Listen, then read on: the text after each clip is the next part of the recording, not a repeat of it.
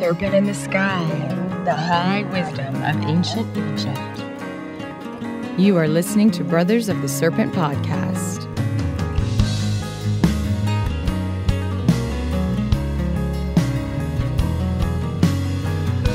And welcome back, ladies and gentlemen, boys and girls, angels and demons, monsters and serpents, to Brothers of the Serpent podcast, coming to you not live from the 10 by 10 by 10 candy cube of science, nestled amongst the dusty bones of an ancient seabed high atop the Edwards Plateau. Sounds like a broken record. Yeah. It's the same thing every time. So what's going on here? Pyramids. Catastrophes. Younger Dryas. Broken record. Egypt. Yep. Yeah. So we are blessed this evening to be joined by our good friend and longhead, Mr. Brett England, the As watcher always. from deep beneath his secret space station in secret. What do you mean, as always? As always, we are joined by our good friend and longhead. Come on out of that bag of chips there, watcher. As always. As always, except for when not. Right. And that's an acceptable, approximation. I mean, meh. You don't think that's scientifically accurate? As always, except for when not. It's totally accurate. 100% of the time, 20% of the time. Well, I'm glad you could join us despite all your 24s and your crazy work schedule. And that. Thanks. Yeah, me too. So, going off the whole broken record thing, let's see here. Academia, agriculture, ancient civilization, ancient mythology. Sorry, I'm reading off the keywords list off the website. Yeah. There's a lot of them. Some of them are larger than others. Those are the ones that are the broken records. Yes. All right. Cataclysm. Yeah, Cataclysm and pyramids are definitely the biggest ones. All right. As always, we have space weather news from spaceweather.com. Solar wind incoming. A hole in the sun's atmosphere is facing Earth and spewing a stream of solar wind in our direction. Estimated time of arrival November 16th through 17th. There is a slight chance of G1 class geomagnetic storms when the gaseous material reaches Earth. Let's see. Starlink satellites are visible again. They are back. A new train of Starlink satellites is crossing the night sky following SpaceX's Monday launch of 60 more internet orbiters. I saw them last night completely by accident, reports Paul Johnson of Mecca, California. Yes. I was setting up my camera to photograph the moonrise in Box Canyon when the train appeared. They looked like planes flying by. On the outskirts of Los Angeles, Jim Young saw them as well. I counted 49 of them, he says, and he couldn't quite fit the entire train in the photos. They were easy to see in bright moonlight, even with the glare of Los Angeles in the background, says Young. I estimate their magnitude to be +3 to +4. For comparison, the bright star in the photo above is Jupiter. The satellites were even brighter over San Diego, where Evan Zucker recorded this video on November 12th, and there's a link to a video. I've looked very carefully at the stars. Oh yeah, you can see the train of lights right there. Yeah. I've looked very carefully at the stars in my video, says Zucker. I estimate that the satellites are about as bright as a star that I can't pronounce. That is second magnitude. Both Zucker and Young used Heavens Above to predict the Starlink flybys. Go to heavens-above.com, set your location, and select Starlink Launch 2 under the 10-day predictions for satellites of special interest section. Their predictions are accurate. Look now, because these satellites will fade in the nights ahead as they ascend to their operational orbits to 500-plus kilometers above Earth. Even at that altitude, however, satellites from the first Starlink launch in May are visible at magnitudes ranging from +4, which is the naked eye, to +7, easy to see with telescopes. So they won't vanish completely. Ultimately, SpaceX hopes to surround Earth with 30,000 Starlink satellites to provide widespread internet access and propaganda. With that, many artificial stars in the offing, astronomers are understandably concerned. Yeah, propaganda, I added. So astronomers are a little bit upset that SpaceX wants to add 30,000 bright things to the sky. Yeah. And confuse everyone. How do you feel about that? I don't know. Who's paying for it? Yeah, that's a good question. Current conditions, solar wind speed of 355.2 kilometers per second. Density is 10.0 protons per cubic centimeter. Yep. Just act like you knew it every time. Yep, of course it is. I got nothing. Yep. That wind speed for sure is bringing the polar vortex down here, though. Yeah, you know definitely. it. Yeah. You know it. All right. I got some listener stuff, and you have a couple of stories. 4, 5, 6, or 7? Yep. I'm going to knock this out. We got a donation from Anne. She says, enjoying listening up to number 52. Oh, yeah. That's So on I guess YouTube. after 52, she was like, no good anymore. Right, yeah. Up to 52 was great. Then you guys stopped swearing, and it got boring. That's right. Now, thank you so much for the donation, Anne. Yes, thank you. We also Send got us an email if you want your special Snake Bros forwarding email address. Oh, yeah. Of course, since you're on episode 52? 52, it might be a few months. We don't know. Before you hear it. I don't know if she listens to the recent ones. Yeah. We got a couple of people that are doing this I've noticed, I can tell in the YouTube when they have started at the beginning because, you can see their comments showing up. This person comments on episode 5 and then they comment on 16 and they comment on 44. I can see that they're working their way up. Yeah, that's cool. Yeah. And some people are commenting on almost every one and there's some fantastic ones. So, let's see. I got, this is a good email. It says, Snake Force. Good morning, gentlemen. I want to tell you first that you are doing an amazing job. Please keep it up. After listening to you and Mr. Carlson, I started doing some digging. Attached is a file I made in my downtime that shows what looks like massive cuts in the topography off of several coasts around the world. I think it is indicative of those ice sheets melting or other water escaping the continents. And yeah, we've talked about this on this podcast and on Cosmographia with Randall about how you can see continuations of canyons going off into the oceans. He says, some items I wanted to know if you could research or put a podcast out about. Mr. Carlson mentions it in one of his talks. It seems that every culture around the world remembers October 31st as a Day of the Dead. This is true for both hemispheres, and it could be referencing a common impact that affected the entire world. There is plenty of meat left on the bone here. Yeah. So we have done an episode on that, and as far as I know, Randall has spoken about it in Cosmographia, possibly on episodes that haven't been published yet, and we are planning on diving into that in more depth in future Cosmographia episodes. So we've talked about it. But that is really a fascinating subject, too. Yeah. He also says, there seems to be ancient Indian or Native American legends of a time when water appeared all over North America, with some speaking of water flowing for a day and the depth of it was up to their knees. Finally, there is a place outside the Bandelier National Monument in New Mexico called the Shrine of the Stone Lions. It is said that they are the oldest known human carvings in North America. That's cool. Yeah, didn't know about that. He says there are some Pueblo dwellings in the area that are unique as well. Interesting. So he says, that's all I have for now. If you read any of this, please keep my name off the airwaves. You never know who might be listening. Thanks, Johnson.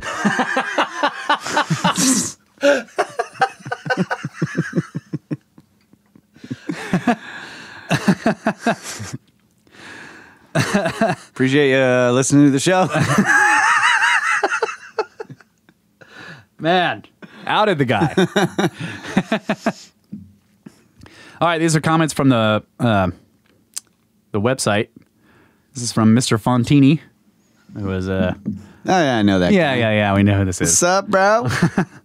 He says, yay, nice work, you tree covering hippies. Great finale to the trilogy. He was commenting on episode 121, the part 3 of Lost Technologies of Ancient Egypt. And then he also says, how dare y'all assume I was the hipster guy in Taos on your previous GMA episode? I have no beard, nor suspenders, nor twirly mustache, nor rolled pant legs, though I do drink coffee before it is cool. Snacks!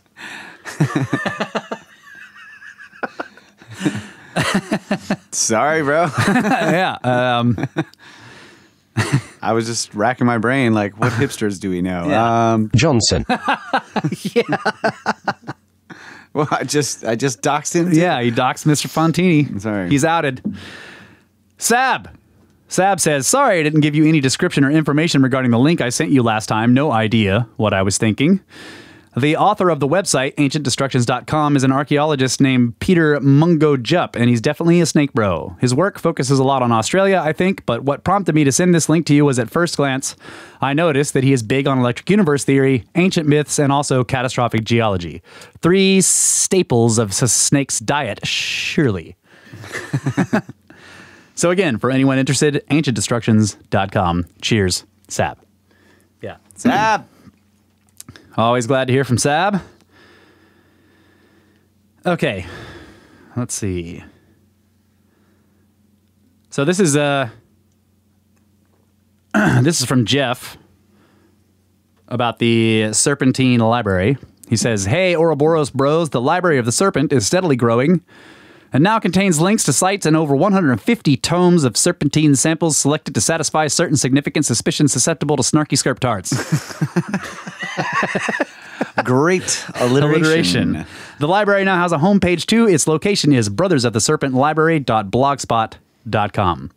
Any emails can be directed to libraryoftheserpent@gmail.com. Thanks, guys, for everything. You are doing the good work. Feel free to let me know if you think anything needs added, and that includes all of the Snake Force. Hell yeah. Serpentomes. Serpentomes. Let's see. What else we got here? Okay, one more comment on the last episode. He says, enjoyed another interesting show. Thank you. Since you mentioned smoking in this episode, I am now getting ads for cigars all of a sudden. I guess Google is listening. Do y'all have a watcher? And then he says, do y'all have an Amazon affiliate link? Since you're exposing the audience to great books they may want to buy, you should at least get a cut. It is another way listeners could support you. I don't even know about that. I'll have to look into that. Did you know about that? I wasn't paying attention. I was looking at the watcher. Oh. Sorry. What was he talking about?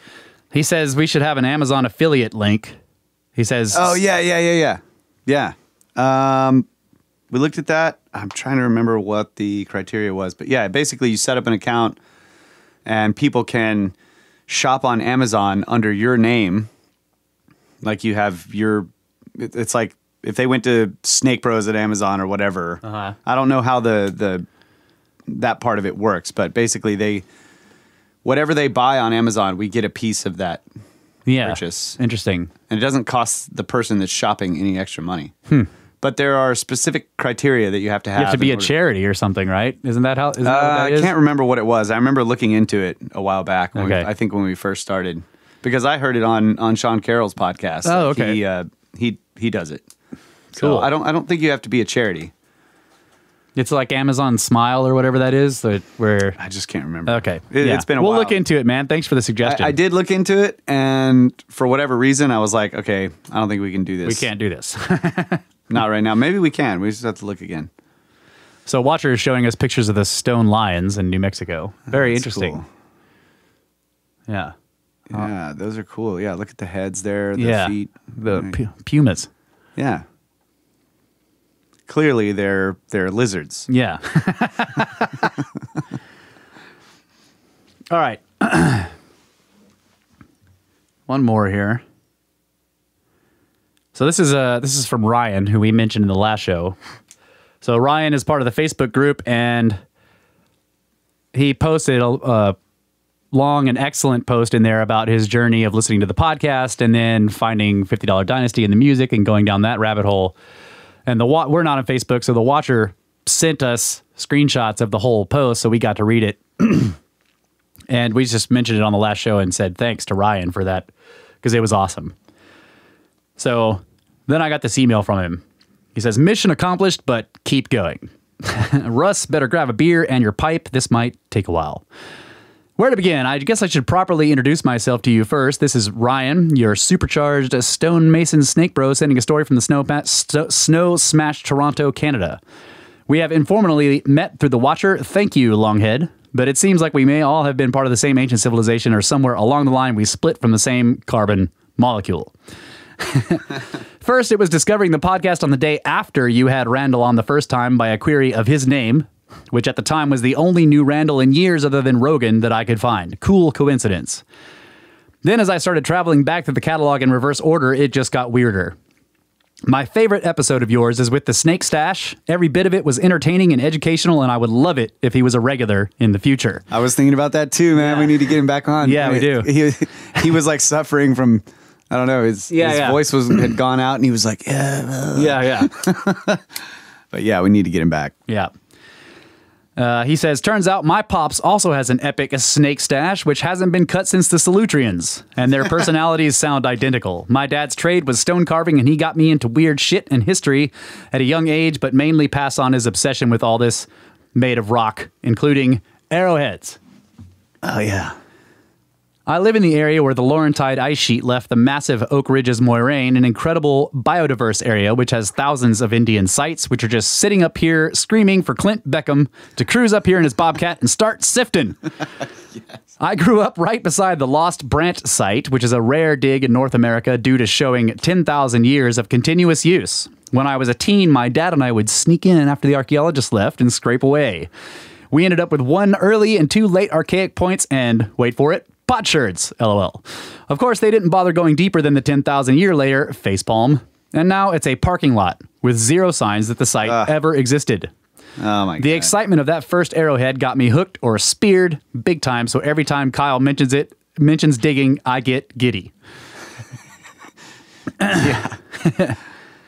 So then he gives a long sort of personal story that I am not going to go into in depth here, but just to say that he tells about how he went through a bad period in his life, and listening to the podcast sort of helped him through a lot of that, and how his whole life just fell apart and completely changed directions. And wow. And in the meantime, he's listening to the podcast, and that's also changing everything about how he thinks about stuff. Yeah.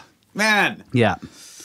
Mission accomplished. Agreed. Anyway, after that, he says, baby Jesus, sorry for that rant. Didn't want to burn you out. Just wanted to lay a foundation for you two to understand how important your voices and Brett's have been to my sanity and soul. This morning, I had to take my father to the hospital, and on the drive in, I put Russ's part 3 of Dunn's deciphering on, as my pops loves you guys as well. And I was not expecting that shout out at all. Wow. Talk about good timing to lift a guy's spirits. Damn it. Man. I gotta tell you, Russ, your laugh has forced a smile on my face many a days when the sun wasn't shining for me. And if I ever meet that one guy, I guess he's talking about the guy that doesn't like us laughing about stuff, he's getting multiple Ric Flair chops. Your hard work on every subject is obvious, and your breadth of knowledge is astounding, dude. I haven't watched mainstream TV or anything for years, and your intros and space weather make me feel like I'm settling in for my favorite show, and of course, Laura's voice. I appreciate the pipe smoking, but I loved hearing your lighter and older episodes, as I would light up with you. I actually quit smoking cigs last month, so maybe I should hit my local pipe store, LOL. Brett, you are a saint, bro. When you're there, you enhance the show, and you always kick major ass from your mobile space station. Kyle, I could never remember your damn name in the beginning, but damn it, I will never forget it now or $50 Dynasty. From day one, you would say exactly what I was thinking, just much, much funnier. I swear to Christ, I never thought anyone else on Earth could handle that auto reader voice, but I guess there's a bunch of us freaks. It's like, yes, there's so many of us, too. That one robot intro you did almost put me into the ditch laughing. Your bumper music had me hitting rewind hundreds of times, and then, of course, after sapping all the juice from Brothers of the Serpent, I embarked on the good ship $50 Dynasty. You SOBs are the best band I have heard in a decade. It is unreal, dude. Your drummer's snare and hi-hat work are tight. Your bass player is a monster of melody, and his lines and critical mass make me feel like I'm in the middle of an alchemy experiment. Can someone cut Ty to find out if he is a Terminator? The quality of riffs reminds me of my all-time favorite band, Pantera, who just happen to be from your hood and who just hammer nonstop with groove and melodicism with southern swag. The Facebook post where I found Wake of the Sun was only the start. That morning, you triggered something somehow. I've been sober since that Sunday morning, which is the longest stretch since I got hit with that Chicxulub-sized comet 2 years ago. I can feel my spirit being restored. Somehow I got lost along the way, and I knew just where to go, but it's tough when your eyes are closed. You created a golden lever which propelled me out of the deepest, darkest cave of my life, and I thank you from the bottom of my heart. Gilgamesh has awoken in me again. I have retrieved the plant from the depths. Praise be to Ea! All right, enough of your time. You have vines to keep warm. Expect to see my spam fighting the other spam on the website as I am going for round 2 of your library. Snake Bro Victor hit the copper chisel on the head. You guys are the best damn podcast going, and it's only up from here with this and Cosmographia.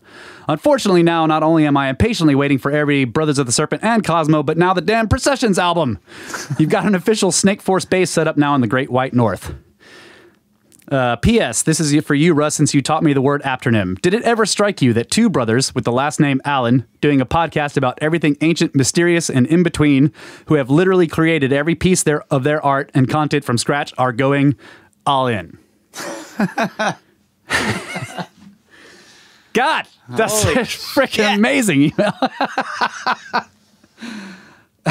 Ryan, thanks, buddy. I can't express to you how that makes us feel. That is just, you know, everything accomplished is what I feel like. Like you said, mission accomplished, but keep going is the title. Try not to cry. Yeah, dude. Fantastic. Thank you so much. Wow. Watcher says, wow, talk about getting it right. Yeah. Yeah, that's, I don't even know what to say. Thanks. Mind blowing. Yeah. So I want to make a couple other mentions of people who are posting on the YouTube stuff. I want to make sure I get these names right. Just honorable mentions here. Probably I'll read some of your comments in the future because some of them are fantastic. I just don't have any of them. I need to have a laptop to do this properly. Oh, hey, and if you want to see whether, like, you know, check out Ty on the $50 Dynasty Facebook page. He's been posting videos. Oh, yeah. Yeah. We're recording his guitars in our buddy's studio across the creek, across the Medina River. Smith Sonic Studios, owned by our good buddy, longtime friend. And yeah, so Ty's been there for the past like 3 weekends and laying down stereo guitars. He's got these 2 massive pedal boards with all kinds of crazy effects, and he's like sitting there tweaking them, and I'm recording it over and over and over and over and over, trying to get the take right, and he keeps adjusting all the settings, and I get mad, and you know, I'm just like, just get it right, you know. Maybe I need 4 amps. But he's a genius. Yeah. And it's good stuff. We've been. That's the only way that he's a genius. In every other way, he's retarded. But Ty's great. He's my best friend. Yeah, Ty is fantastic. He's actually really cool. And yeah, it's pretty amazing watching him do his work in there. I can only handle so much of it because I get impatient. But the end result is phenomenal. Always phenomenal. So go check that out. $50 Dynasty on Facebook. Yeah. He's kind of managing it, posting stuff. So I haven't, since I'm not on Facebook, I haven't seen him, but I've taken a lot of the videos, and we will also be there this coming weekend, probably posting more. Yeah. And then after that, we'll be here in the Tangent Cube, finishing up some final stuff for Ty's stuff. And then I'll begin my guitars and vocals, and we'll be doing videos of that. They'll be going on the Facebook page. Sadly, we weren't really up to speed when we were doing the drums. We got a few videos of the drums. But yeah, we're trying to get more active on social media now that we're getting closer and closer to the deadline. So, anyway. Yeah. Yeah, check it out. Thanks so much. Is it $50 Dynasty as in the number 50 or 50 as in spelled out? Watcher? The Facebook page. Yeah, check that out. Like, yeah. Okay. I'm sure you can find it either way. Just make sure you check both. Like, that's the other thing. Like we've been great at writing music and recording stuff, but we're terrible at marketing. Yeah. And, just like us. And yeah. And I've loathed social media for, I don't know. Yeah. long time. Always. Yeah. And so yeah, I've always resisted doing anything about it, but we're trying to get better at that. And honestly, the podcast has been an amazing learning experience. I've like watching Russ, like the way he, fumbles around trying to figure out what to do. independently published our show on all these different platforms. Now I'm looking at like, okay, we've always used this company called CD Baby it's just a one-stop shop. They do everything, but then I have to sign some contract with them. And now I'm thinking like, screw that. Like I'm going to go, sort of self-published, but just like the podcast, we'll go to iTunes, we'll go to all the different things independently. And therefore we will maintain more control over our publishing rights, which is extremely important to me. Yeah. So that's on the table. That's a bunch of inside baseball, but anyway, thanks so much for everything, buddy. Yeah. So, Karan Saraf, I hope I'm saying that right. Your comments on YouTube have been absolutely phenomenal. Okay, the watcher's saying it's 50 spelled out. $50 Dynasty. What is it? Facebook.com/$50 Dynasty? Probably. Just get on Facebook and look up $50. You Facebook people know how it works. Yeah, we don't. It's the one that's a band. Whatever. Yeah, so Karan Saraf, I hope I'm saying that right. Like I said, your comments on the YouTube versions of the podcast have been fantastic. I can tell that you're going through the podcast sequentially, which is good. It's a conversation. And it develops. Probably I will deal with some of your points that you made. Just I don't have them pulled up yet. But I have been reading each one of them as they come in, and they're great. Thank you so much. Also, Angie, which I think isn't that who donated? Was that Angie? No. Okay, well, Angie. So. Angie has been making great comments as well. You talking about Sister Snake? No, the one that you just read. Who was that? Anne. Anne. Oh, okay. yeah, it could be. I don't know.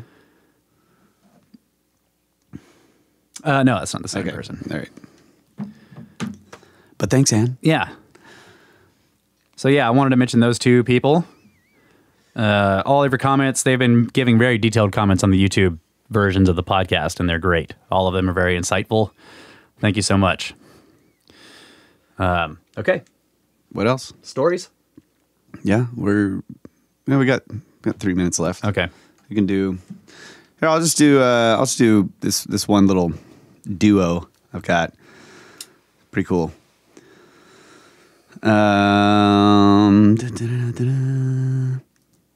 All right, from ancientorigins.net. Oh, yes. I'm ditching the tabloids, folks. Ancient-origins. And NASA. I'm just kidding. Okay. Radar detects invisible ghost tracks of humans and mammoths. The mammoth lumbers through our imaginations when we think about the world during the most recent ice age. They're just one of many giant creatures that our ancestors lived alongside and which became extinct when the climate changed. The giant ground sloth, a large herbivore, which was endemic to the Americas, is another. We can study these extinct animals from their bones, but also from the preserved footprints they left in mud. But these footprints are often hard to find, and while they can tell us about the presence of the animal, they don't always tell us much about the animal itself, like how it walked, for instance. The giant ground sloth was unusual in that it walked on the outside of its feet. To help us, we turn to a new method which geologists and archaeologists use to image the hidden subsurface. Ground-penetrating radar was first used during the Vietnam War to reveal bunkers below ground. Today, engineers use it to spot cracks in railway tracks and girders. It works by sending signals into the ground which bounce back to reveal subsurface structures. It can be used for imaging big stuff, including buried walls in ancient ruins, but in our new study, we use it to find buried animal tracks from the Ice Age. Wow. That's great. Our research team has been working for several years at White Sands National Monument in New Mexico in the U.S., where one of the largest collection of vertebrate animal tracks from the Ice Age can be found. These tracks are preserved on a dry lake bed called Alkali Flat. Because they are so difficult to make out, they are locally referred to as ghost tracks. Not only were we able to identify and map large tracks made by big animals such as mammoths and giant ground sloths, but to our surprise, we could also see those of the human hunters that stalked those animals. Wow. Imaging footprints of Ice Age giants and their hunters without excavating the tracks has huge advantages for their conservation. Much of Alkali Flat is also used by the White Sands Missile Range, where the American space program began and the first nuclear bomb was detonated. In places, missile debris littered the ground. Being able to map where most of the tracks are will help prevent them from being erased. We also noticed something interesting beneath the mammoth tracks in the radar data. Below the base of the footprint, we consistently saw something resembling a hook in the radar image. This was completely unexpected. We weren't sure what this was at first, but suspected that it might be due to the sediment below being compressed by the footprint. If so, this could provide crucial information about the way the animal walked. If this was indeed a pressure record, then it would likely match the pressure record from a close relative like an elephant. Foot pressure data for elephants, by the way, are rare. You can imagine how hard it is to get them into the lab and walking on a delicate scientific instrument. Thanks to colleagues from the Royal Veterinary College in London and Monash University, we got our hands on some of this data. The pressure record for elephants turned out to be similar to the hook-like structures revealed in the radar data beneath the mammoth tracks. Wow. This led us to conclude that the radar was not only picking up the shape of the footprint, but also giving us much more data on the pressure exerted by the foot on the ground as the mammoth walked. And so they show a graphic here where there's basically like an extrapolation of a 3D, it's showing 3D imprint. Yeah, it's showing you the flat surface where the foot impression was made, and then underneath it is sort of a column that extends downward and is hook shaped towards, say, the forward direction or the, fore or aft. I don't know what the word is, so that it can tell them what direction it was going or whatever. That's cool. For scientists studying the way extinct animals walk, this was very exciting. It is the equivalent of getting an extinct animal to come into the lab and walk on a force plate. Best of all, the radar imaging allows us to study how these ancient creatures walked without having to disturb the footprint itself. We think we'll be able to use the same techniques at other sites to image the pressure pattern beneath a dinosaur's foot, just as if we managed to bring a living specimen into the lab. We should also be able to use this technology to map human footprints at other sites, especially where digging could be disruptive. There are famous sites such as the Laetoli in Tanzania, where footprints of the oldest human ancestors can be found. We're not quite there yet, but given the right circumstances, we think it's possible. That's really cool. Yeah, I thought that was cool. Dinosaur footprint! Yeah. So I've got this one more, and this is just, I don't need to read the whole story, but have you seen the site Ain Dara Temple and the giant footsteps of the gods? This is another ancient origin story. Oh, wow. You recognize that? Okay, so Ain Dara is a small village in the northwest of Aleppo, Syria, which boasts a remarkable structure, the Ain Dara Temple, located just west of the village. The temple was discovered in 1955 when a colossal basalt lion was found, quite accidentally, in fact. Following this find, excavations were carried out in subsequent years. The Ain Dara Temple is an Iron Age Syrio-Hittite temple. The Syrio-Hittites or Neo-Hittites were a group of political entities that emerged towards the end of the 2nd millennium BC. Following the collapse of the Hittite Empire, there was a power vacuum in the eastern Mediterranean. The Syrio-Hittite states filled this vacuum and became the dominant power in the region until their conquest by the Neo-Assyrian Empire at the end of the 8th century BC. Blah, blah, blah. Hold on. So then it goes to describing the temple. It's got a diagram here of this. It's a pretty massive temple. Yeah. But one of the interesting features of the Ain Dara Temple is the footprints carved into the stone floor of the temple. One pair of footprints can be found on the floor of the portico, followed by a single footprint and another single footprint at the threshold of the main hall. The distance between the two single footprints is about 30 feet. A stride of 30 feet would belong to a person, or a god, about 65 feet tall. I have a picture here of this guy standing inside the two footprints that are side by side. They're huge. Yeah. It is not suggested here that the footsteps are real imprints made by a large person walking over the threshold of the temple, but rather that they were carved by the creators of the temple. The question is, why? It is still unknown whose footprints these were meant to represent. Some scholars have suggested they are animal prints, while others have suggested they depict the footsteps of the gods. Perhaps these footprints, measuring about a meter in length, were meant to be an iconic representation of the resident deity.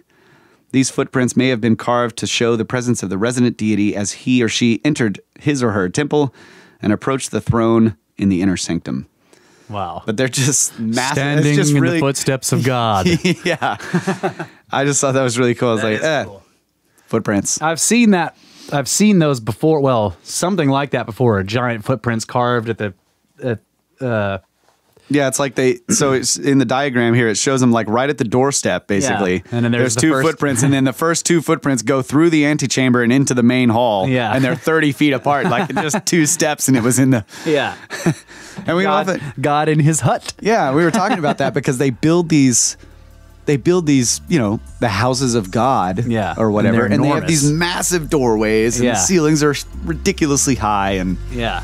I just thought that was That's cool. really cool. All right, That is really awesome. so we should take a break, Yeah. and come back for more snake facts. That's right. Next.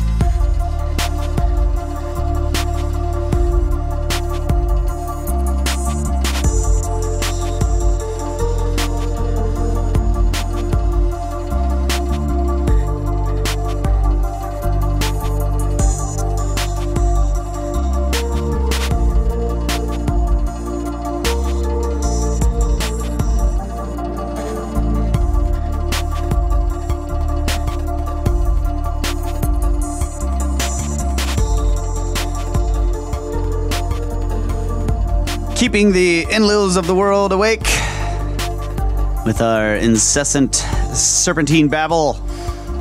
The two and only brothers of the one and only Serpent podcast.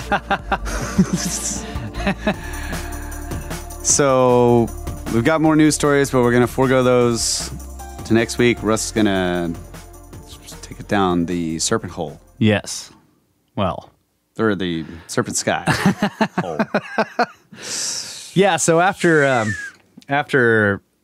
doing, we're in Egypt basically. We've been in Egypt for the past 4 shows really, because we did the Uncharted X one too. And I was like, I've got another book that I'm going to do because it's the one about the Denisovans, but that's mostly in the Americas, right? That's Andrew Collins and Greg Little. Yeah. But I was like, we're in Egypt and we've been in Egypt, and I want to, Serpent in the Sky by John Anthony West is sort of like a foundational. This is where, this is what inspired the work with Robert Schoch and just, Yep. So I was like, let's do Serpent in the Sky.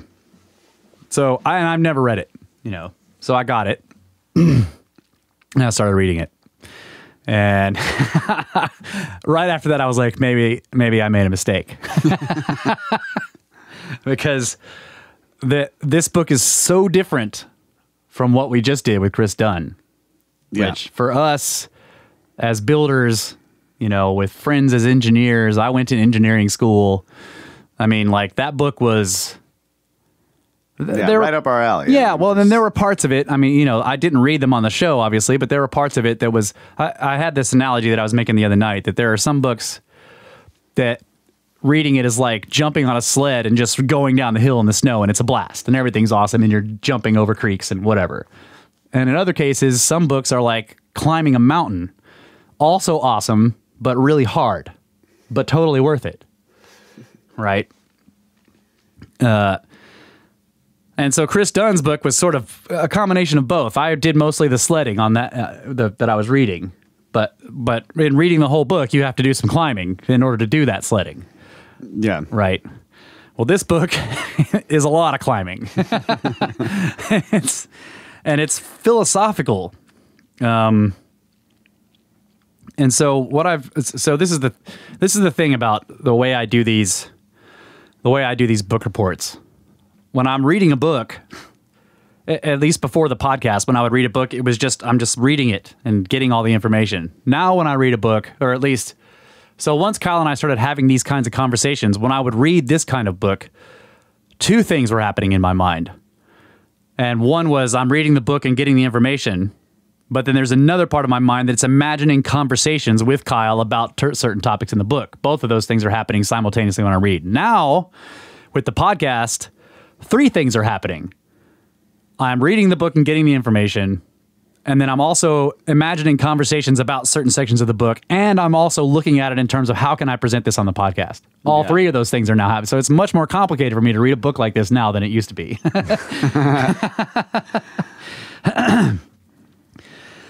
So what I try to do when I'm marking stuff out in the book is, you know, whenever you're reading a book like this, a lot of it's just information coming in, and then you get to, at least this happens to me, you get to a part where you're like, that is what I want to talk about. And that's what and so I'll try to find where does that part start and where does it end, and I try to mark that off. You know. And then I just don't pay attention to how many of those I'm making, because I just make every one that needs to be made. And then when I actually get to the show, I'm actually picking and choosing as I go through, because I'm looking at them in the show context as opposed to reading the book context. Okay. So that's a little inside baseball on how I try to do this. And so every time I start one of these books, I'm always like, I think I've bitten off more than I can chew. I was the same way with the Chris Dunn book. I was like, I don't know if I can do this. But by the time I got to the third episode, I was like, hell yes.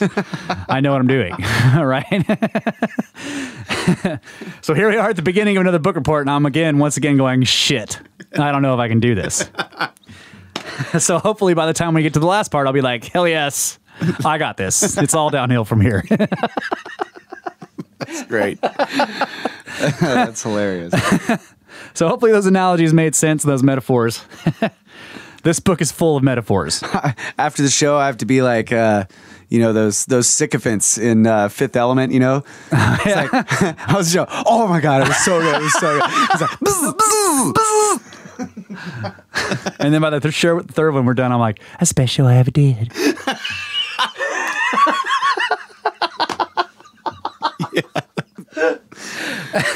Awesome. Okay. It also helps, you know, when you lay out the inside baseball before you get started. Right. You kind of just, I mean, shit, folks. We're just like sitting in a cube. Yeah. Talking about pyramids. Yeah. So on the way home from work tonight, and I was thinking about doing the podcast tonight, and I'm about 50% of the way through the book. I'm just a little bit over half.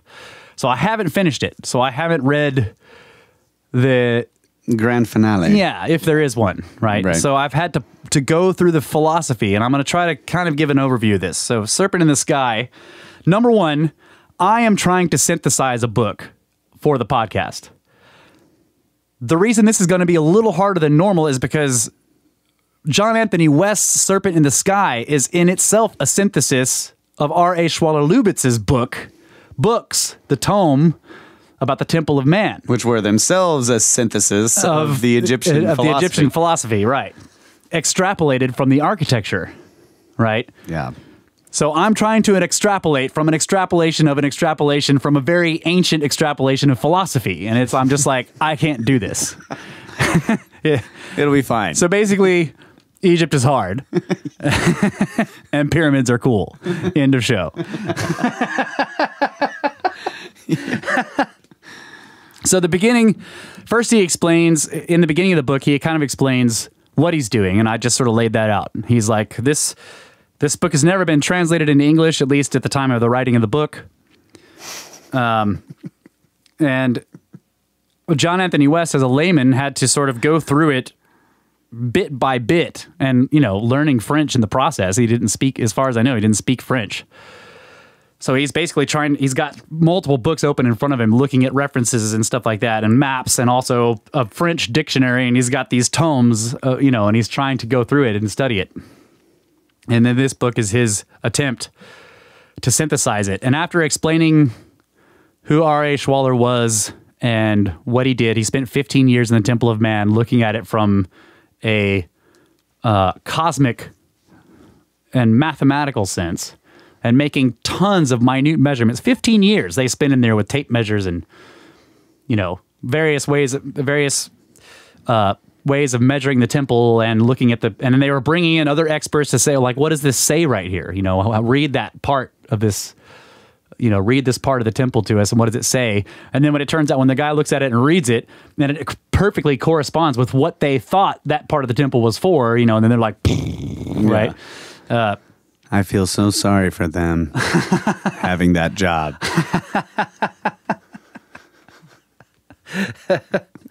So he explains that in the beginning, and then he's like, okay, so now we need to lay down the foundations of what I would call, I guess, the extrapolated, the cosmological and creation epic extrapolated from the math of the temple, okay? And then he starts going through this, and it's numerical philosophy as far as I can tell. And he's like, look, the Pythagoreans, who people have long suspected got all their information from the Egyptians, were doing this same sort of thing. And modern scholars look at Pythagorean number theory and are just like, they just think it's ridiculous. Because Pythagoras, while being famous for certain mathematical and geometric principles, was more of a priest of a cult of math than he was, just sort of like Newton, who is famous for, like Newtonian physics, was really an alchemist. Yeah. I mean, there's a story that he has in here. It's probably, apocryphal or whatever, but there's a story of this merchant is asking Pythagoras, like, what's the deal with you guys and these numbers or whatever? And Pythagoras, like, the guy's like, what can your number stuff teach me? This merchant, right? And Pythagoras is like, well, I can teach you how to count. And the merchant's like, I know how to count. And Pythagoras is like, well, really? How do you count? And the merchant's like, 1, 2, 3, 4. And Pythagoras is like, stop! 4 is actually 10. Right? And it goes on this ridiculous number thing from there.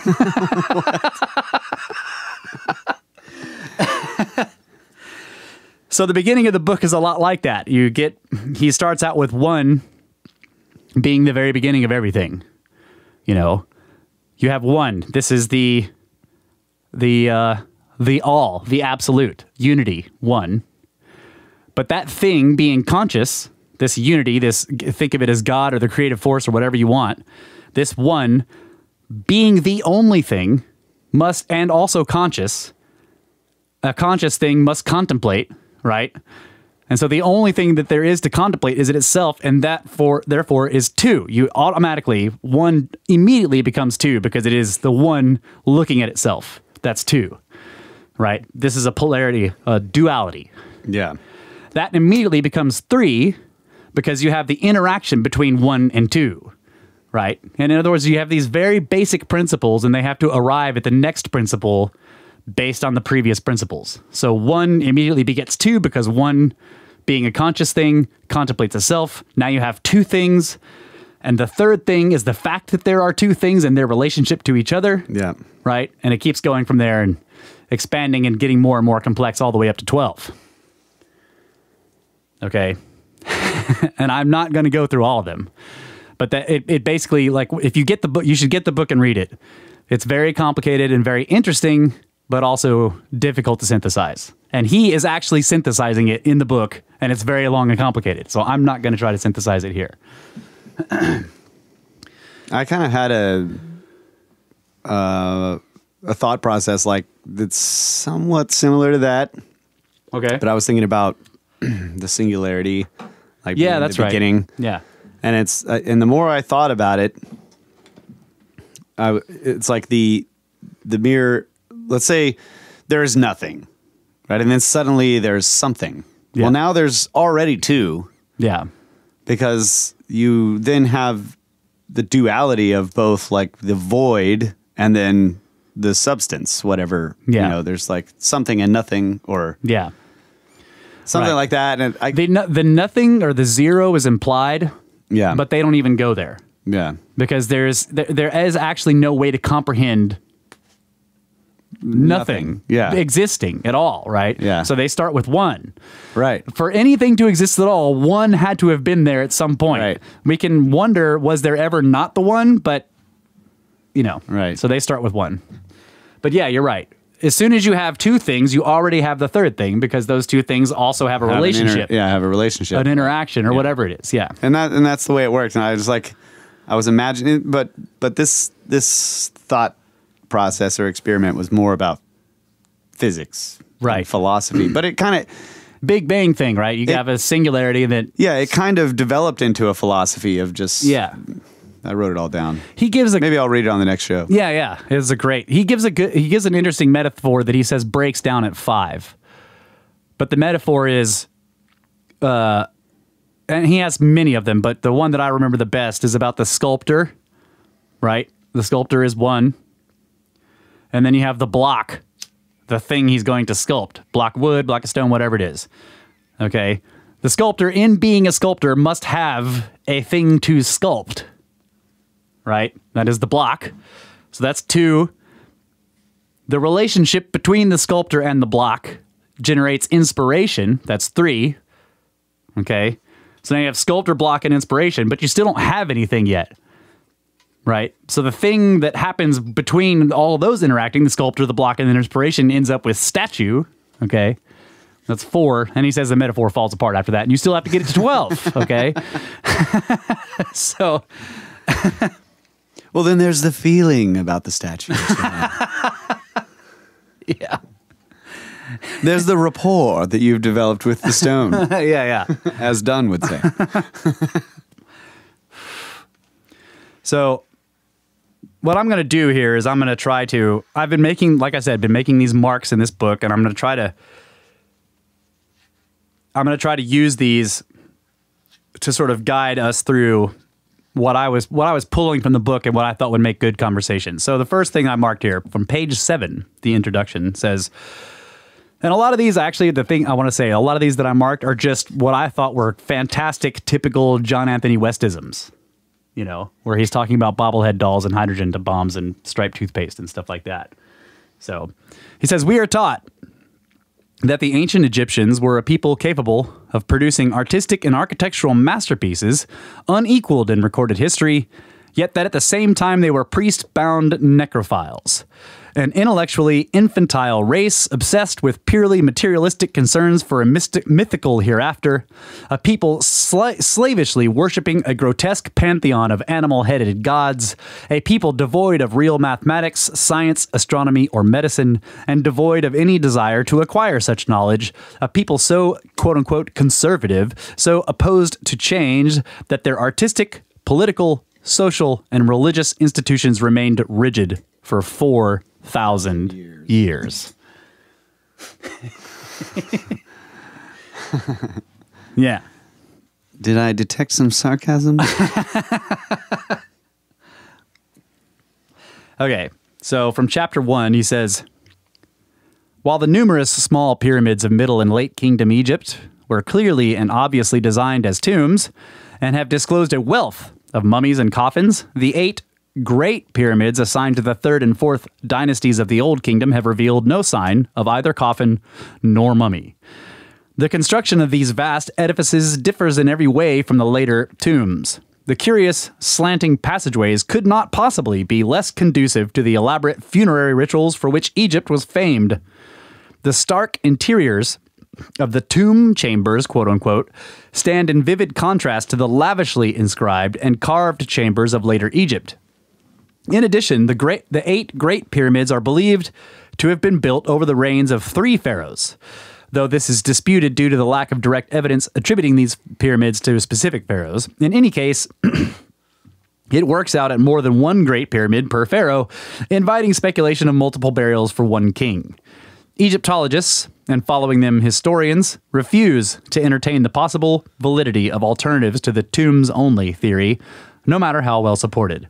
What, then, is the appeal of this undocumented, unlikely, and indefensible hypothesis? I believe it is prosaic and trivial. In Egyptology, as in so many modern disciplines, all questions are believed to have quote-unquote rational answers.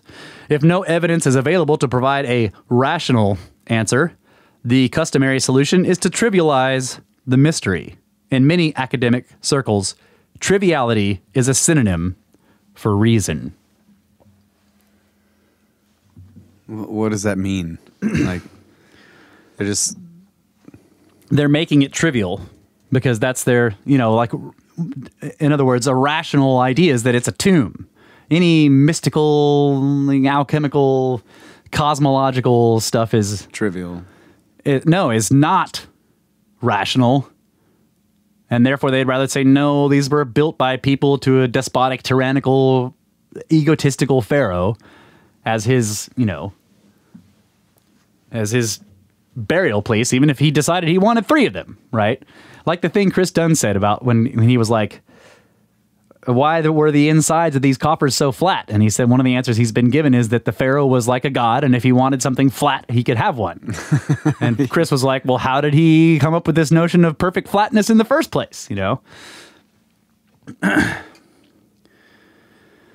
So basically, and he's saying in many academic circles, triviality is a synonym for reason. In other words, it has to be a trivial. It's not really mystic. It's not mysterious. Okay. It's not mind blowing. Come on, guys. This was built by slaves for gigantic egotistical pharaohs. It's mundane. There's nothing transcendental about it. It can't teach us anything. It's just we're barbarians basically stacking blocks up into the only shape they knew how to make them, in giant triangles. Okay. It's trivial. Yeah, I guess I'm not real familiar with the use of the word trivial in that context.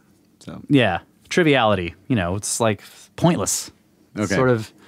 Yeah. So he says, seen in historical perspective, Egyptology is an inevitable product of its time.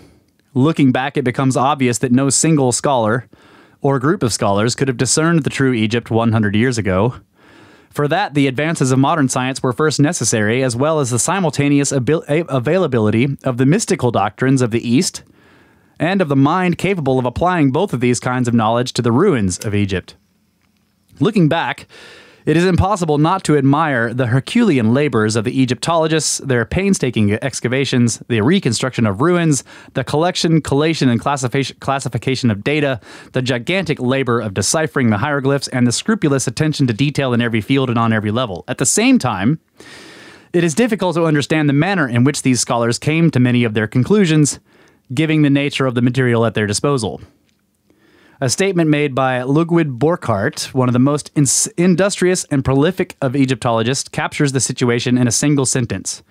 In 1922, having proved that the pyramids of Egypt were oriented to the cardinal points and sited and leveled with a precision that cannot be surpassed today, he concluded that Egyptian science at the time of the building of the pyramids was still in its infancy. wow. Right. You're like, what? Like he said, it's difficult. On the one hand, they're very meticulous. And then on the other hand, you're like, how did you come to that conclusion from all of this data you just gave out?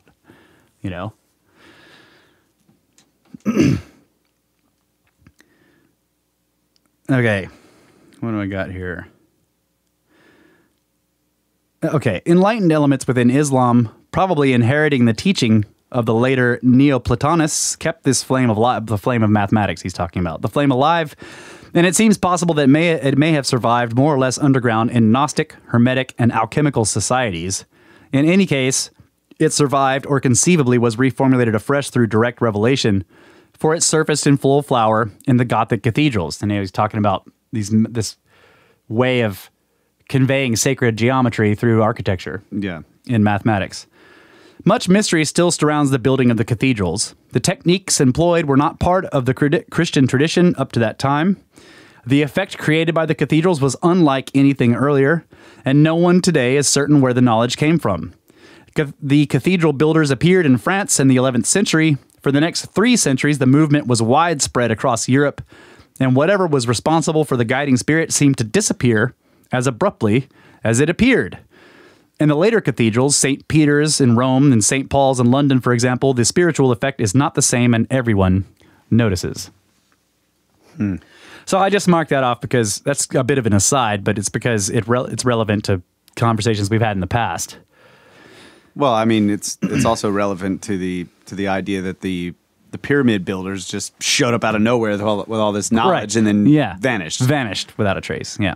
Well, not without a trace, but... Well, yeah, there are pyramids there. Yeah. Vanished without a trace except for those giant triangles.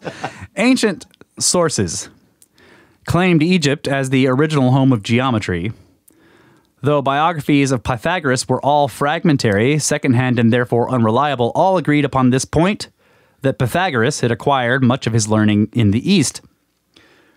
I remember reading, and I'm not quoting him right now, I remember reading that Pythagoras spent 20 years attempting to apply to Egyptian mystery schools and finally got in. But he was basically the bottom of the barrel for them. Even though Pythagoras is like, a mathematical genius, they were kind of like, it took him 20 years to get in, and he finally was like, thanks, guys. Maybe he was trying to learn the philosophy. Right? Yeah, it could be. That's why it's really hard. Okay, so arguments had long ranged over whether the proportions of the Great Pyramid were deliberate or purely fortuitous. The pyramid's height stands in a precise pi relationship to the perimeter of the base. Pi is the transcendental that defines the ratio between the diameter of a circle and its circumference. At the same time, pi is related to another, more interesting, irrational phi, the so-called golden section. It has been observed and ignored by Egyptologists that not only the Great Pyramid, but other pyramids as well made use of different phi relationships in their construction. Schwaller de Lubitz therefore set out to discover whether or not phi relationships were built into the Temple of Luxor. If this could be proven beyond doubt, it would corroborate these fragmentary ancient sources and force a reconsideration of the extent of ancient knowledge. If it could be shown that the Egyptians possessed advanced mathematical and scientific knowledge, it would not only prove, as many suspected, that the famous Greek intellectual flowering was but a pale and degenerate shadow of what had been known previously. It might also help substantiate the legend persisting throughout history and widespread among the people of the world that great civilizations had existed in the distant past, even before Egypt. So that was what Lubitz set out to do initially, was Right. are these mathematical relationships here? And when he got there, he started to find so much that he stayed for 15 years. And That's freaking awesome. right. Okay, let me see what this part is about. So did he find phi relationships? Oh, yeah. Yeah, it's Okay. everywhere. Yeah. Okay, for all its analytical success, science in 1937 was no closer to a solution to the mystery of creation than in Newton's day. But a lifetime study of mathematics, and particularly the mathematics of number, harmony, and proportion, had convinced Schwaller de Lubitz that however distorted and diffused the teaching of Pythagoras had become, in their pure form, they held the key to this ultimate mystery. So he's thinking, he sees harmony. And it's interesting, in some of the diagrams that he draws of the temple, he finds math that implies that, how do I put this? The mathematics of the construction of the temple, of the overhead layout plan, has to do with harmonic strings. Like if you imagine strings strung out at different lengths and how those would make different notes, the temple plan is according to those different lengths of string set in a specific triangle around the whole thing. I can't really describe awesome. it. But yeah, it has to do with music. Like, Yeah, the harmonic relationships. Yes. Yeah, that's cool. Yeah, so he says, Schwaller was also convinced that ancient civilizations possessed this knowledge, which they transmitted in the form of myth, accounting for the striking similarities of myths the world over in cultures completely isolated from each other in space and time. Which we've talked about that many, many times on here. So he says, beyond a certain level, in every one of the arts and sciences of Egypt, knowledge was secret. So this is another topic that we delved into this a lot more in the earlier episodes. Why is everything secret, right? He says the rules and axioms, theorems, and formulae, the very stuff of modern science and scholarship, were never made public in Egypt and may never have been written down. But the question of secrecy is today thoroughly misunderstood. It is generally agreed among scholars that most ancient societies and many modern quote-unquote primitive ones reserved certain types of knowledge for select initiates. At best, this practice is considered absurd and undemocratic. At worst, it is considered a form of intellectual tyranny by which a class of priestly con men keep the masses in a state of quiescent awe. But the ancient mind was rather subtler than our own. There were and are good reasons for keeping certain types of knowledge secret, including the secrets of number and geometry, a Pythagorean practice that particularly arouses the ire of modern mathematicians. So in every field of Egyptian knowledge, the underlying principles were secret, but made manifest in work. If this knowledge was ever written in books, and there is mention of sacred libraries whose contents have never been found, then these books were intended only for those who had earned the right to consult them. Thus, in writing, we have but a few mathematical papyri, how to say that, intended for students of apparently a purely practical and mundane nature. They involve problems of distributing bread and beer among X number of people and so on. Very important stuff. Yeah.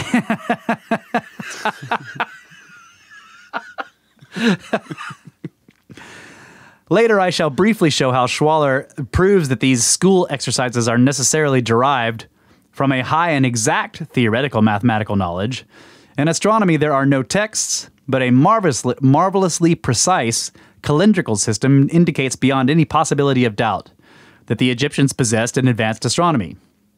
In geography and geodesy, there are no texts, but the work of a number of scholars has shown that the siting and dimensions of the Great Pyramid and tombs and monuments dating back to the First Dynasty, as well as the whole complex system of Egyptian weights and measures, could not have been achieved without precise knowledge of the circumference of the Earth, of the flattening of the poles, and of many other geographical details. Yeah. Yeah. That's awesome. Yeah. So I'm moving through all these. We'll get to some of the more. A lot of this is stuff we have talked about many times. So I just marked it off because I'm like, this is great. We've mentioned this many times. Let's see. I really want to nerd out on that string diagram. Yeah, I'll send them to you. Okay, so he says, from the standpoint of everyday experience, we are aware of the universe as an incredibly diverse system made up of a multiplicity of apparent unities. A duck is a unity made up of a multiplicity of cells, each of which is a unity made up of a multiplicity of molecules, each of which is a unity made up of a multiplicity of atoms, each of which is a unity made up of a multiplicity of quote-unquote particles, for whose description ordinary language will no longer suffice. Seen one way, they are particles or unities. Seen another way, they are modes of behavior of energy.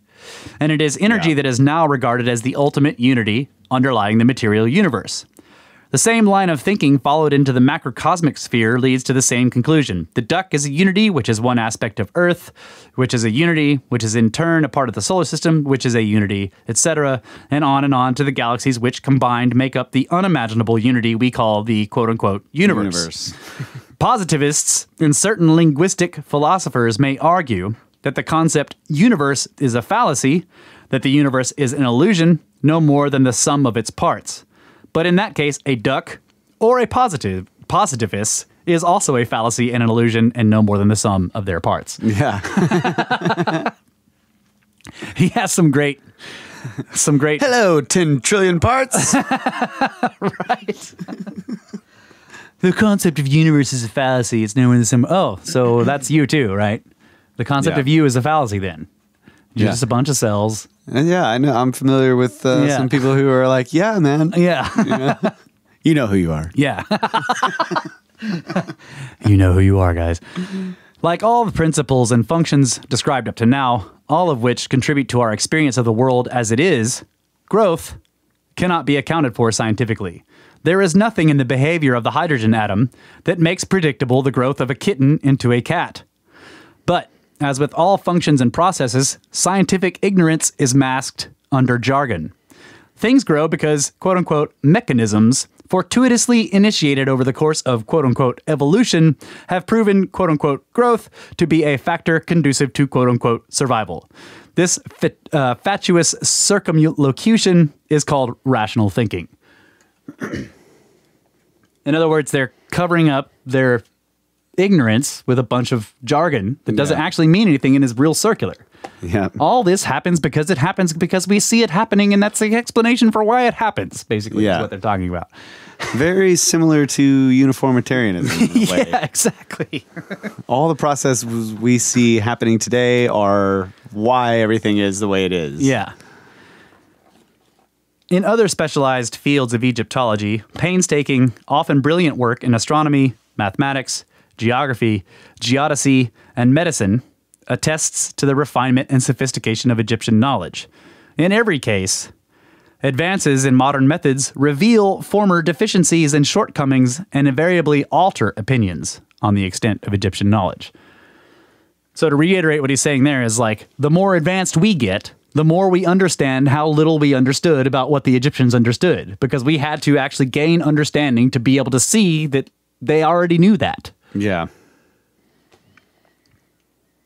Yep. Okay. Chapter 2.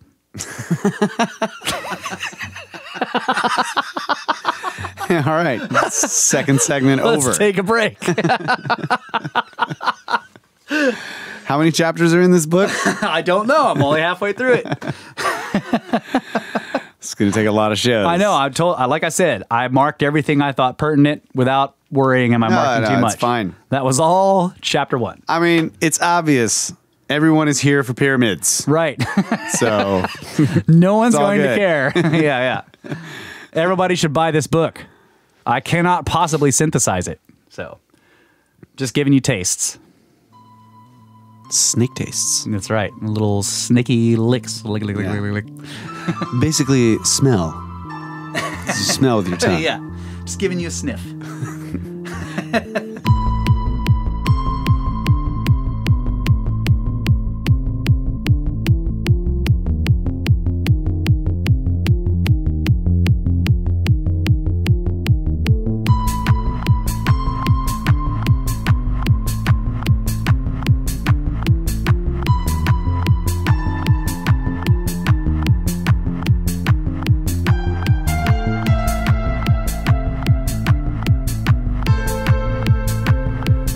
And welcome back, ladies and gentlemen. I find that I have these very clever intros planned out, and then I can't remember them when I'm actually sitting here in the Tangent Cube. I've had like 3. Happens to me all the time. I'm like driving home, I'm like, yes, that'll be awesome. And then I get in here and I'm like, what was it? Welcome back. Yeah, I'm just like, we're welcome back. Yeah. Snake Bros. Hey. I should say them out loud. That's the problem. I just think them and then I don't actualize them and then I can't remember them. So, you got to manifest them, man. Yeah. You got to like make them physical. All right. Chapter I'm ready. 2. Chapter 2. Yeah. Let's have it. Let's go. Yeah. All Here's right. to a good book. Yeah. Advances in linguistics make it ever more apparent that human language is not an evolved system of ape talk, but rather a mysterious totality, the fundamentals of which may be common to all people despite the vast differences between individual languages. More than 50 years ago, the alchemist Fulcanelli declared that certain sounds and combinations of sounds had the same meanings no matter what languages they occurred in. What? Really? Yeah. Knowledge of these combinations is probably what lies behind the science of spells, chants, and incantations, which become superstition when the underlying knowledge is lost and only the outward form remains. Means the same thing, no matter what language That's you speak. right. Instead of presuming that human language evolved, it is time to take seriously and literally the statements made by all great ancient civilizations and by many so-called primitive societies that language was bestowed upon men by the quote-unquote gods. In whatever sense this is meant, by the gods directly or by sages in direct contact with the gods, it tallies with the curious fact that no language has ever been discovered that is not grammatically and syntactically complete. No language has ever been found in an early state of evolution. The most primitive language allows its speakers to convey whatever they want to convey within that society's frame of reference. Languages change, certainly, but they do not evolve. Our language is no more evolved than Shakespeare's, and in many ways it is degenerate, debased by advertising and the mass media into numbing cliche, or perverted by the priesthoods of science into jargons designed to exclude the uninitiated. That is fascinating right there, man. Yeah. Yeah. I love that. Yeah. Okay. Tell me more. Now math. Phi, No. phi is not a number. I remember you telling me this about Egyptian stuff that you were looking at years ago. It is a function. To regard the irrational as a number or even a special class of number is to reduce the concept of number to meaninglessness. Number implies the capacity to enumerate, and it is by definition impossible to enumerate with an irrational. We cannot have or imagine 1.618 chickens or 3.141 eggs. Yep. It's all ratios. Yes, you were telling me that you were like, they work in ratios. Yeah. All their, we were looking at I was reading about the fact that all these measurement sticks that they'd found, the cubit sticks or whatever they're called, cubit rods, were all different lengths. Right. That's right. But I was the same ratios were expressed on them. Well, it doesn't matter if the ratios are expressed on the stick. I mean, obviously, we just got taken to school by GMA on precision, so in some cases it does matter. Yeah, yeah. But you can imagine a way that you could work with ratios. And if it wasn't a measuring stick, but a reference card. Reference, yeah. Very good. Very good, Seth. Okay. What are we talking about here? Pyramids. Platonic terminology. Okay. Why did I mark this way? Okay, in mathematics and related fields and disciplines, certain aspects of Pythagorean thinking are enjoying a renaissance. Platonic terminology may still look quaint, but an increasing number of people begin to realize that it refers to realities, that there is an intrinsic functional difference between square, rectangular, and triangular numbers, that the laws of harmony are universally applicable to the physical world, and that these are constant or consonant with human experience and demonstrable. And as it becomes recognized that this curious old terminology conceals truths, it may also become more apparent that much unquestioned modern terminology conceals fiction. Consider natural selection, for example, which cannot account for the origin of species without calling in the aid of mutation, which is a mystery, or survival value and biological advantage, which are tautologies. What exists, no matter how apparently ill-suited to survive, evidently has quote-unquote survival value and quote-unquote biological advantage, no matter that 1,000 seemingly more efficient creatures have long since met a mysterious extinction. This is explicable only by again calling in the same tautology, that they became extinct because they did not have or lost their biological advantage. So he's talking about how, once again, they're covering up or concealing mysteries with jargon. That's a big thing he talks about throughout the book. Yeah. He has a problem with evolution. This Church of Science, Church of Progress. Yeah. He calls evolution at one point, I think I marked it, but he calls it one of the, well, I'll have to get to it. He basically says that evolution is probably one of the worst ideas that has ever infected the minds of man. He doesn't propose necessarily an alternative to it. He's just like, this is retarded.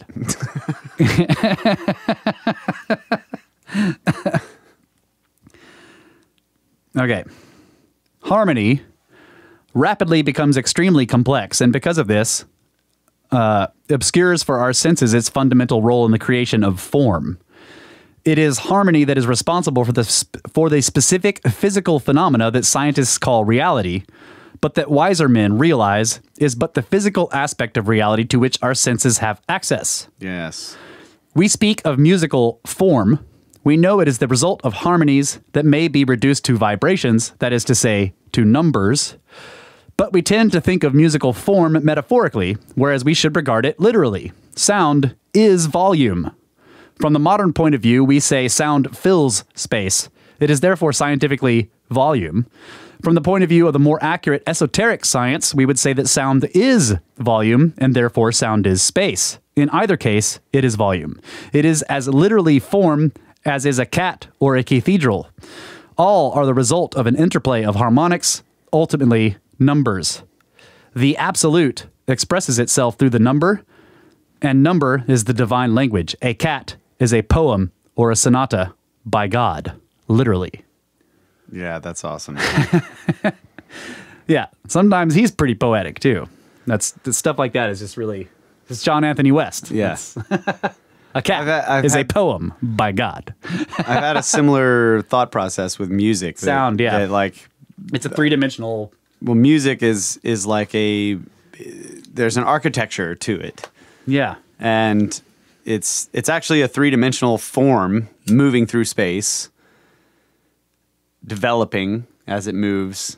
And as the different harmonic relationships or harmony relationships pass your senses, you understand the different aspects of the song, or you're in a sense viewing the different architectural features of the form itself. So if you imagine the whole thing, like once a song is done playing on a stereo system, if you then, like, say, zoom out and you imagine the entire hemisphere of this audio, these waves in air all arranged one after the other as this ever expanding sphere, it's slowly, attenuating as it goes out, but it is actually a form that exists in space now, and it has architecture, it has a design, an arrangement of things. So when you look at a building, it's the same thing. The light is reflecting off of it, and there's this very organized series of waves of light and colors where the recesses in a window or whatever, the doorway or the arches or however it is. Or in another sense, you move through the building and experience the architecture in the same way that music moves past you, and you experience it like that. Yeah. You could say that the building is the sort of the plan as the composition of the music or the performance of the music. Yeah. The building is the performance. Yeah. The light rays passing you as you observe the building are the same as the sound waves going by you. Okay, yeah. That's cool. And they're all arranged by the designer, whoever the architect was, is like, oh, I'm going to put this little feature here. I'm going to recess that. And make it's sure I use this material. Yeah, and I'm going to have certain mathematical aspects that are going to give it this regularity. Yeah. Music is the same way. Tempo. Yeah. Beats. Frequency. Tempo. Temporal. Yes. You move through the temple and experience creation. It's fantastic. Yeah. Song in structure. By the way, I can't pay attention to the watcher while I'm reading. I can't either. Oh, I tried to do that earlier and didn't know what you were talking about. So sorry, watcher.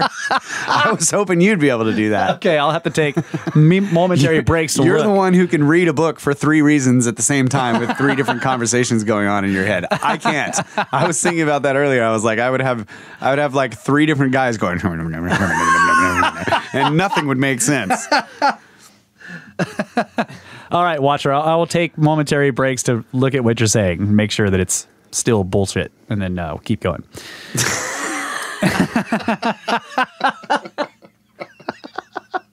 Sorry, buddy. He says I've already given up. No, don't give up. You're saying good stuff sometimes, every once in a while. All right, St. John's Gospel begins, "In the beginning was the Word, and the Word was with God, and the Word was God." The Egyptian Book of the Dead, the oldest written text in the world, contains a striking parallel passage. "I am the Eternal. I am Ra. I am that which created the Word. I am the Word." Esoterically, the role of the word would be clearer if logos were translated as the verb, as it is in French. The word, any word, is scientifically a vibrational complex. Though the esoteric meaning of John's powerful but paradoxical sentence has been understood by many Christian mystics and masterfully explained within a medieval context by Meister Eckhart, its precise scientific Pythagorean meaning has been lost.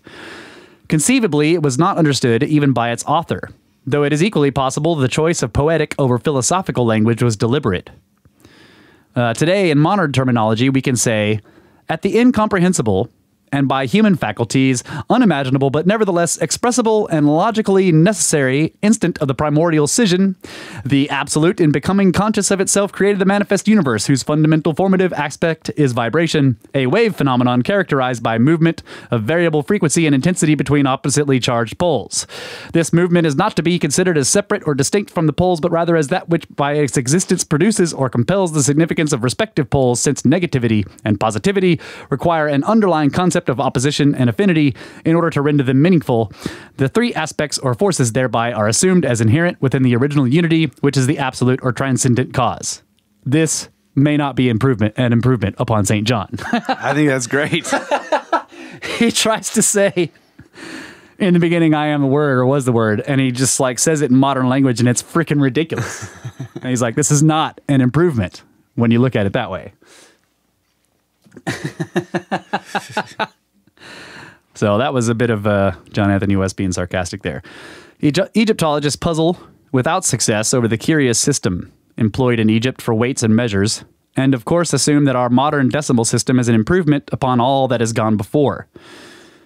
Schwaller de Lubitz is not alone in challenging certain aspects of this assumption. Even within the Egyptological camp, the Egyptologist and mathematician C.H. Nims has pointed out that, if nothing else, Egyptian measures have withstood a severe test of time. Until recently, most of these measures were in current usage the world over. So in this section, I'm not going to read all of it, but he shows you how all these imperial, quote-unquote, imperial measurements have been used all over the world, and they were actually Egyptian. They are derived from Egyptian measurements. And that even, of course, the metric system in some cases, they knew about it. Yeah. But they had a way Yeah. of getting the same results, basically. Yeah, he says, though it may be easier to calculate in decimals, it is difficult to work conveniently with the measures dictated by this system. The most brilliant scientist cannot easily visualize 117.46 liters. But any peasant can visualize precisely 5 gallons, 2 quarts, 1 pint, and 4 tablespoons, which is the same amount. Wow. Or not the same amount, but it's probably, you know. It's just the point is like with that system, somehow you can kind of visualize it. But nobody knows what 117.46 liters is. You have to pour it into something to see. I might be wrong about this, but I'm pretty sure that small fermentation tank we bought is 117 liters. Oh, wow. And so, yeah, I can visualize it. 0.46?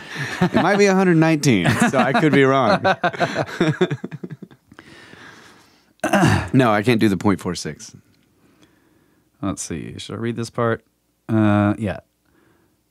Okay, we must recognize that apart from the alien system of hieroglyphs, mythology, and the netters, I'm not sure how to say that word, which is the quote-unquote Egyptian deities, in no instance can we experience Egyptian art intact. We have perfectly preserved statues, friezes, and other individual items impressive in their own right.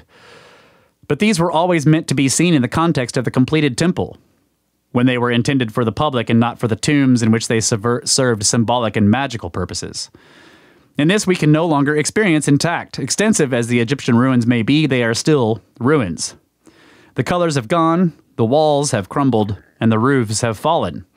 We can only imagine what it must have been like when, on one specific day of the year, and that day only, at sunrise, a shaft of light traveled through an open door down the 800-foot-long narthex of the temple, throwing into blazing relief a single colossus of white stone.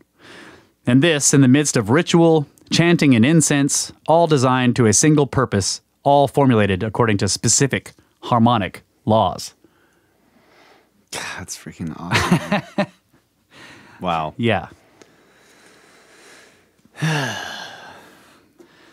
The themes central to the art and architecture of Egypt are reincarnation, resurrection, and the journey of the soul into the underworld.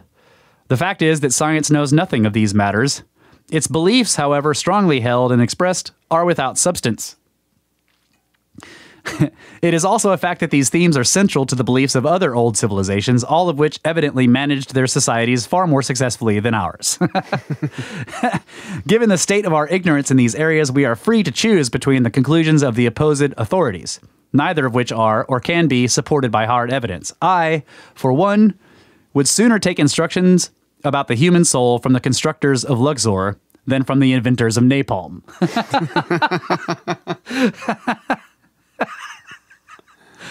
Bearing in mind that modern physics has shown matter in the physical world to be but a form of energy, there is no commanding reason not to suppose that those abused and misty words soul and spirit may well be meaningful. To deal adequately with reincarnation, resurrection, magic, symbolism, soul, and spirit lies outside the scope of this book. The simple point I make is that our own science is sufficiently advanced to destroy once and for all the rationalist assumption that these matters are necessarily fictitious. There is nothing in physical science that makes reincarnation impossible or even improbable.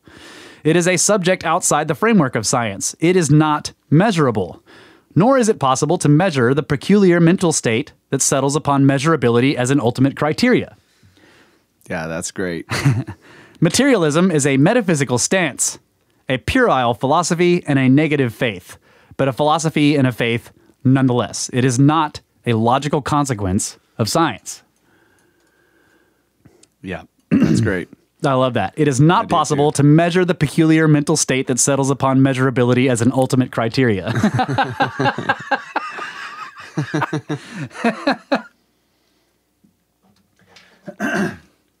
That's serious philosophy right there, buddy. Yeah, all of it. All of this is. Okay, like other initiatic teaching, Egypt held that a man's purpose on earth was the return to the source. There were recognized in Egypt two roads to this same goal. The one was the way of Osiris, who represented the cyclical nature of universal process. This was the way of successive reincarnations. The second was the road. A second road was the way of Horus, the direct path to resurrection that the individual might achieve within a single lifetime.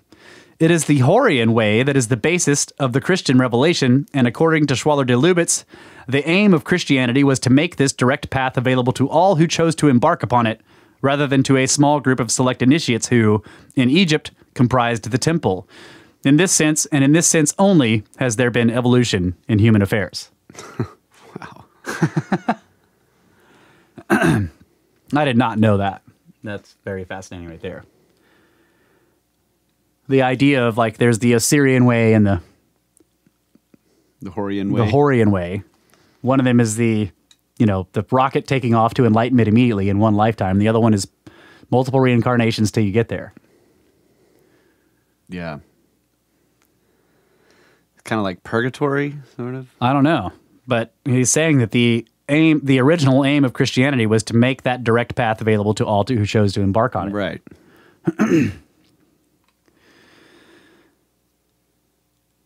Okay.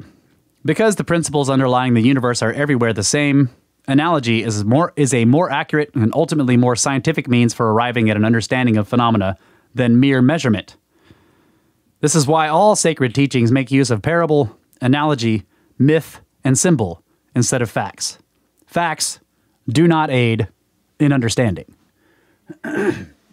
He says many times, it is possible to know many facts without understanding anything. Okay. Put that way, I understand. I get it. Yeah. Case in point.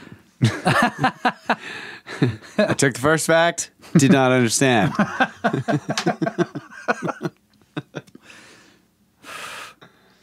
So is any of this interesting at all? Yeah. All of these are bits that I was pulling out of this thing, and each one is like philosophical, but I'm trying to like encapsulize these greater ideas that he's giving with these select quotes.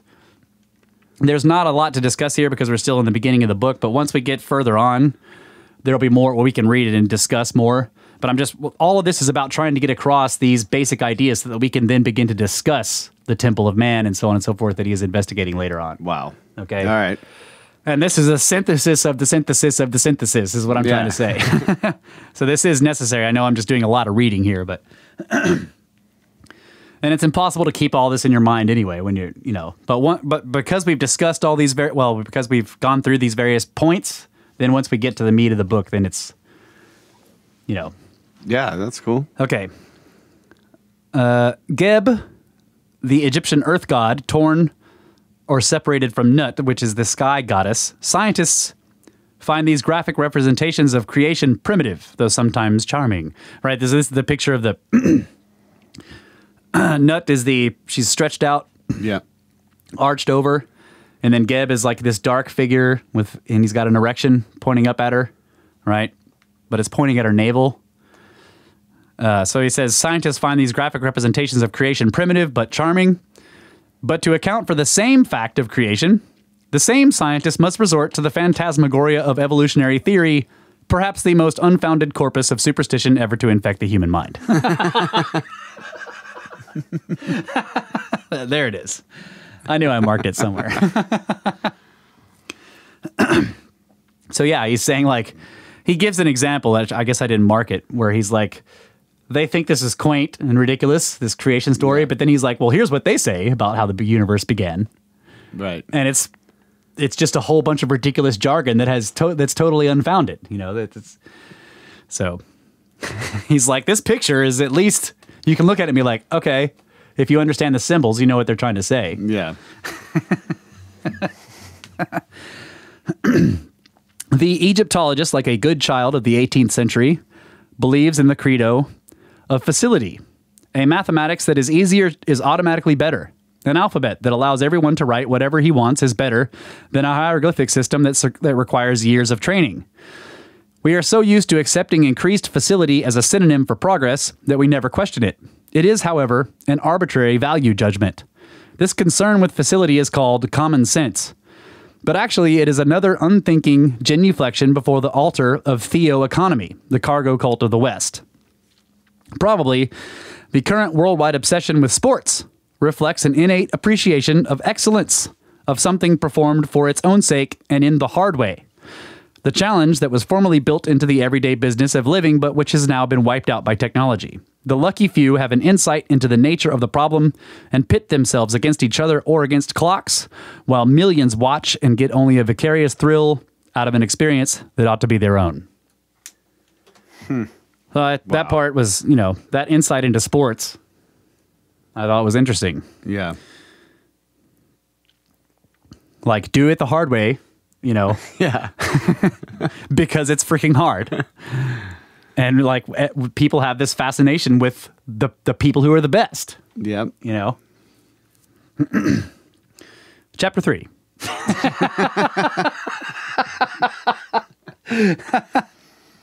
Science and the art in ancient Egypt. Egypt. Okay, here we go. So calendars. Egypt kept 2 calendars running concurrently. The civil or moving year gradually shifted in relation to the fixed or Sothic year. Sirius equals Sothis in Greek.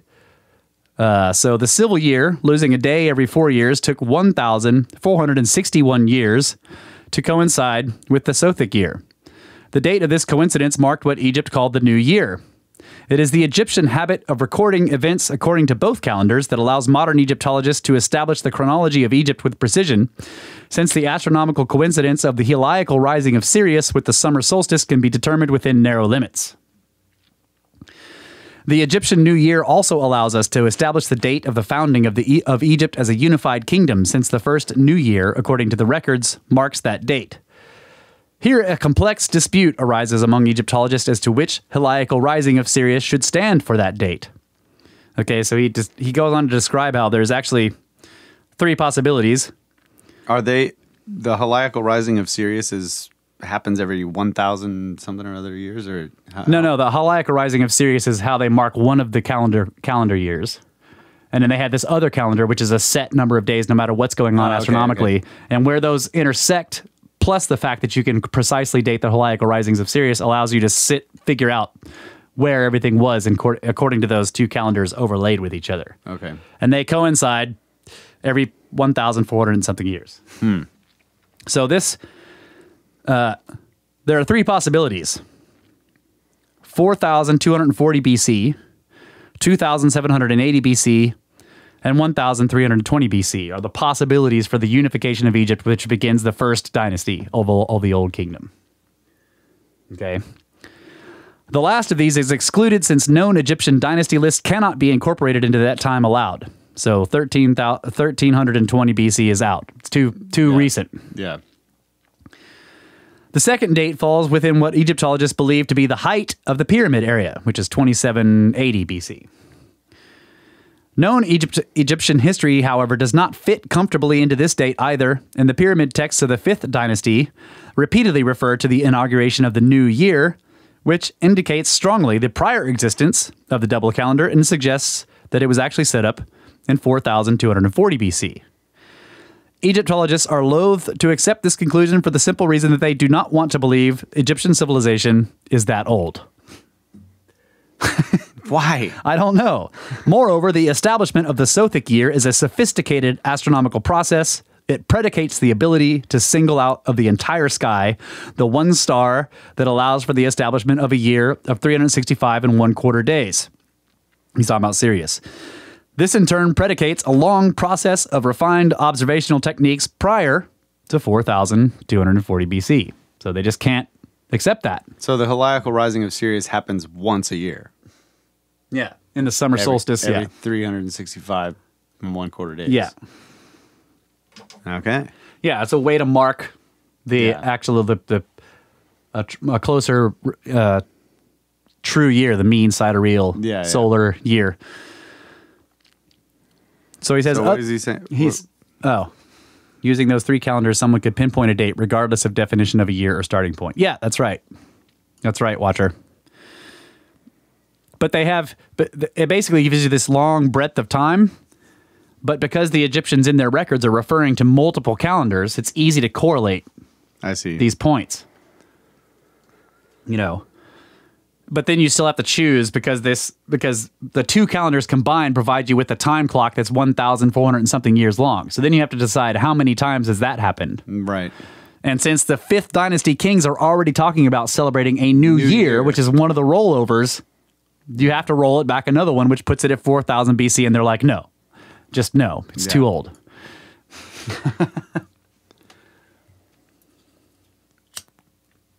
Okay.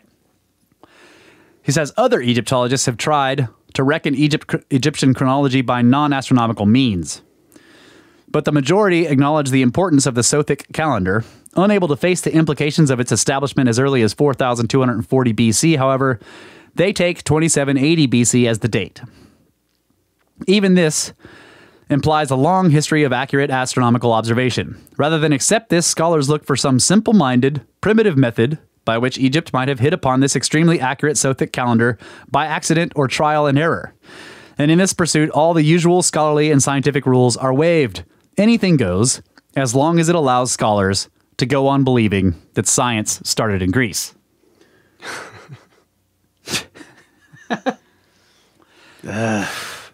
It was just by chance, you know? Just like they're just throwing blocks up and it just stacks up into pyramids. Yeah. Okay, what is this part about? Okay, so this is more about cycles and systems and sizes in terms of scale going from small to large. Okay, so it says the diameter of the Earth, for instance, is 1/millionth, roughly, that of the solar system. But the diameter of the solar system is only perhaps 1/40 millionth that of the Milky Way. When in our own system we find such relationships, it is not between the sun and the planets, but between the sun and satellites of planets. By analogy of scale and mass, we should expect the solar system to be revolving about some greater entity, which in turn was revolving about the center of the Milky Way. In other words, because we have these... Like a binary star system. Yes, yeah, we should be involved in some system that is bigger than the solar system, but smaller than the galaxy. Right. According Makes to sense. like every other scale, you have these... intermediate jumps, that are all based on the previous sizes, like orders of magnitude or whatever. Right. Our solar system is a satellite of some larger system. Yes.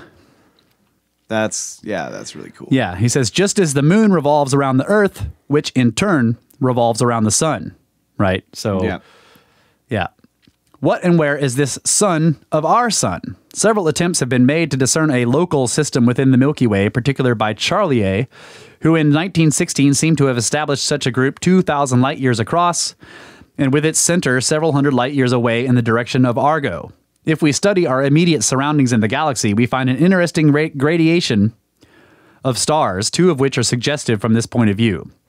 Within 10 light years, we find one star similar in scale to our sun, and Sirius, which is over 20 times as bright. Between 40 and 70 light years distant, we come on 5 much larger stars, 100 and 250 times as bright. And from 70 to 200 light years, 7 greater still stars. And between 300 and 700 light years, 6 immense giants, tens of thousands of times more brilliant.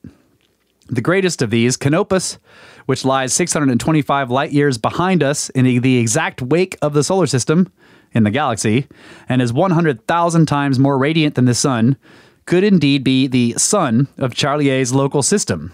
The most brilliant object in the heavens after those within the solar system itself is, of course, the double star Sirius. By physical distance and by radiance and mass, a Sirian system would seem in some way to fill the excessive gap between the cosmoses of the solar system and the Milky Way. Indeed, the distance of the sun to Sirius, which is 1 million times the distance from the Earth to the sun, falls naturally into the scale of cosmic relationships which is mentioned, and provided 19th century astronomers with an excellent unit of celestial measurement, the Siriometer, which is now unfortunately abandoned. So what was the very first measurement that he gave? That the diameter of the Earth is 1/1,000,000th that of the solar system. Right? So there are these weird relationships. Yeah. And he's saying, like, the distance from the sun to Sirius is 1 million times the distance from the Earth to the sun. Yeah. It's like, it fits this. Yeah. That's cool. The Siriometer. You have to remember that. Yeah. It's the distance from us to Sirius. How far away is the gas station? Well, hand me my Siriometer. Yeah. According to Schwaller de Lubitz, Egyptian astronomy was a refined and sophisticated science. Like all ancient astronomy, it was the significance of the data, that is to say, its astrological meaning, that was responsible for its practice, development, and the tremendous importance attached to it. These astrological connotations found their way into the Egyptian language, into the symbolism, into the measures and proportions of her architecture, and into her medicine. Medical papyri often state specific times at which to administer specific medicines or treat specific ailments. Right? So, like, you don't give the medicine for that particular ailment until this hour of the day on this part of the year.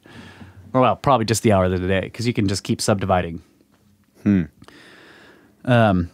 you can't wait a year sometimes to give somebody medicine for something. Yeah. You know. Unless it's a flu shot. Schwaller de Lubitz also cites one further use to which Egypt put her astronomy. If ever accepted, this idea will open up an immense and important field of study. It is well known that Egypt was perpetually engaged in taking down her old temples and erecting new ones, often on the site of the old temple. This is generally attributed to the usual pharaonic egomania. And in all fairness, even allowing for the symbolic interpretation, the pharaohs were not notable for their modesty. But Schwaller de Lubitz contends and supports his idea with much direct and indirect evidence that in general, temples were not destroyed, but rather dismantled carefully and deliberately when the predetermined symbolic significance had passed.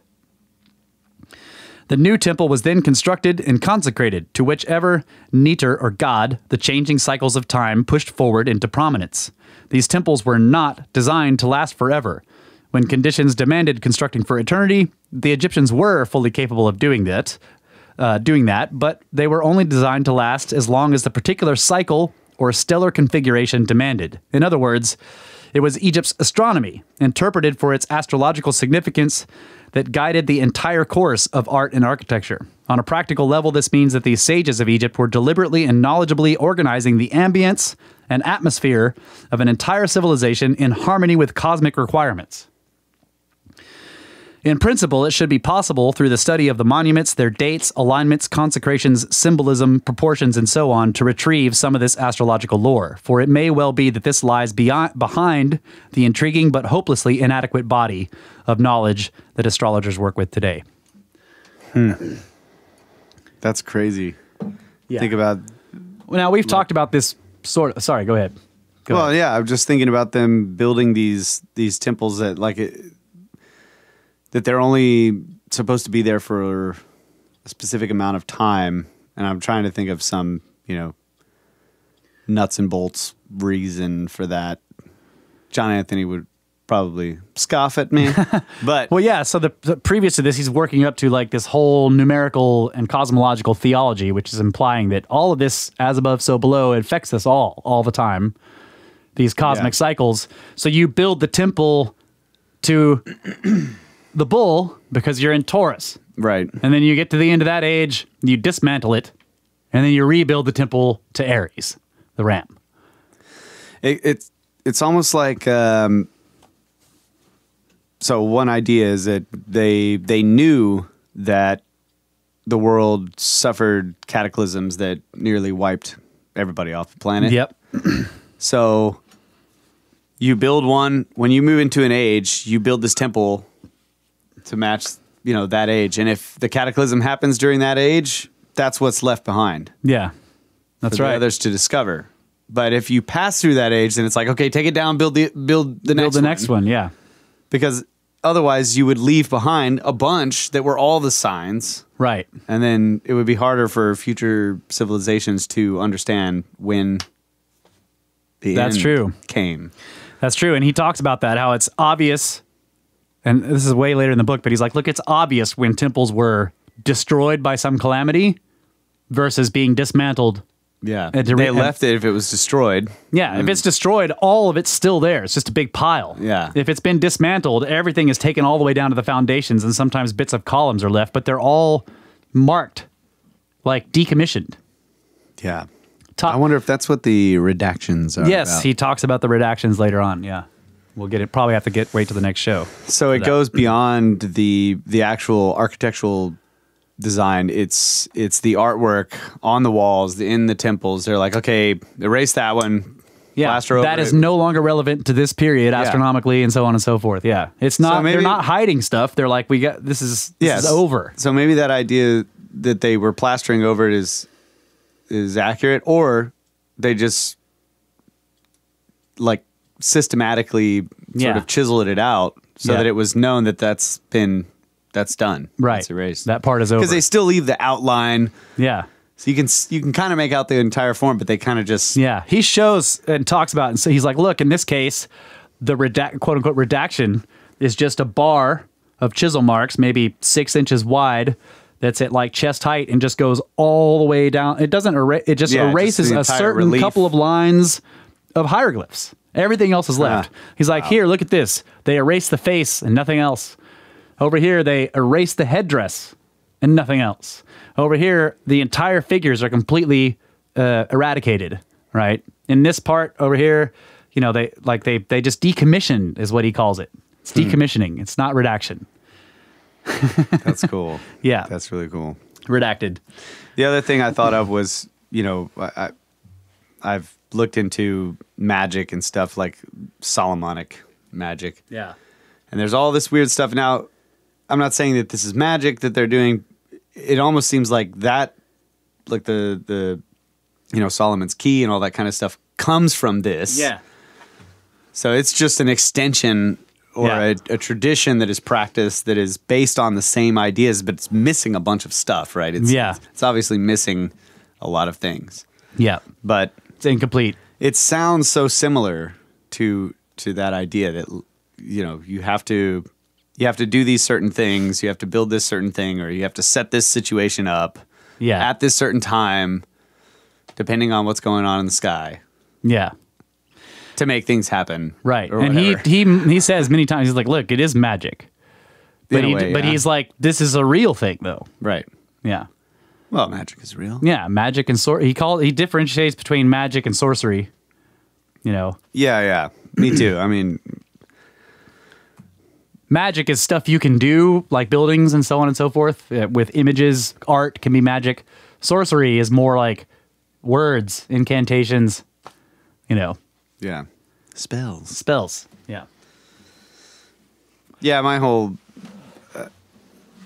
pursuit of magic is more in the almost like that there is a technology involved, that there's something real about these ideas, but they've been sort of made fantasy over time. Yep.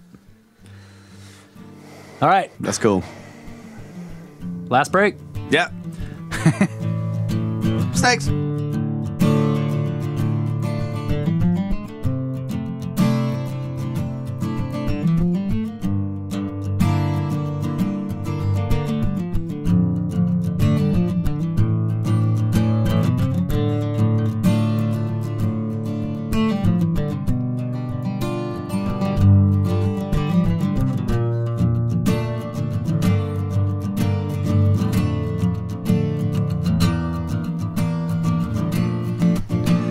Best intro of the entire show.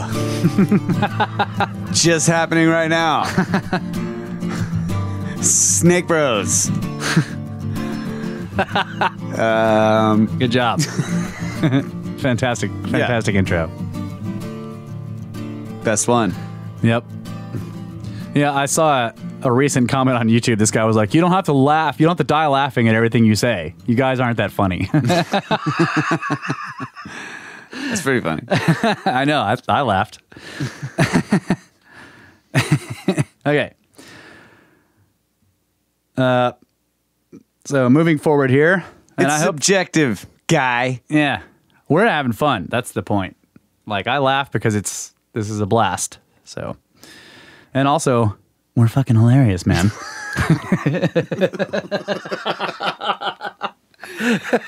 Yeah. Most Egyptologists contend that Egyptian mathematics was a practical affair concerned with doling out corn and land. To this end, an unwieldy mathematics was developed and once settled upon, never improved.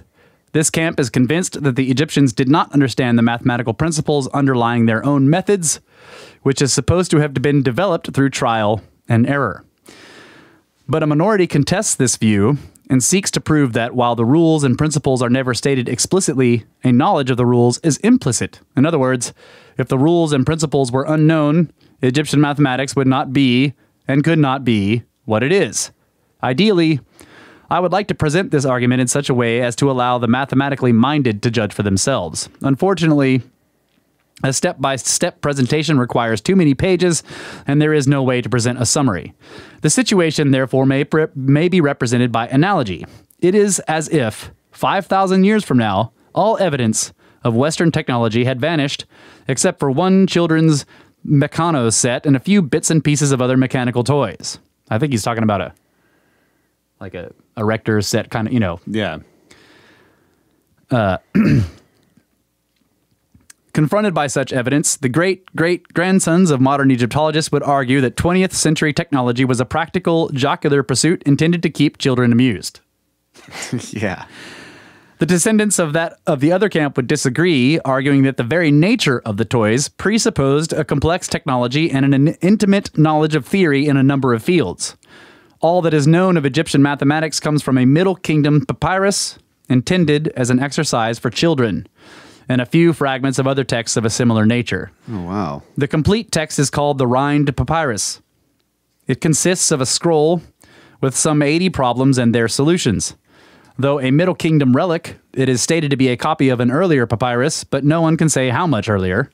It is therefore impossible to talk about the quote-unquote development of Egyptian mathematics, knowing that Egyptian mythology, symbolism, hieroglyphics, medicine, and astronomy were fully developed in the earliest dynasties. There is no particular reason to suppose mathematics was a later addition. The deciphering of the mathematical text was a formidable task. Apart from the inevitable linguistic problems, Egyptologists were confronted by a mathematical system quite dissimilar to our own, and as though to further complicate matters, the best and most complete papyrus, the Rind Papyrus, was copied in a magnificent hand by a scribe, Ahmose, or Ammos, who evidently delighted more in his calligraphy than in his mathematical accuracy. There are a number of obvious errors in that papyrus. At this point, some striking differences between the Eastern and Western methods and aims becomes apparent. For all its sophistication, modern mathematics by its nature will not serve to describe absolutes. What are you saying there, Watcher? Oh, okay. Meccano is a model construction of system created in 1898 by Frank Hornby in Liverpool. Okay, so it's a way to build models. Okay. Yeah. Cool. So yeah, he was basically saying if certain toys were left, yeah, erector sets, yes.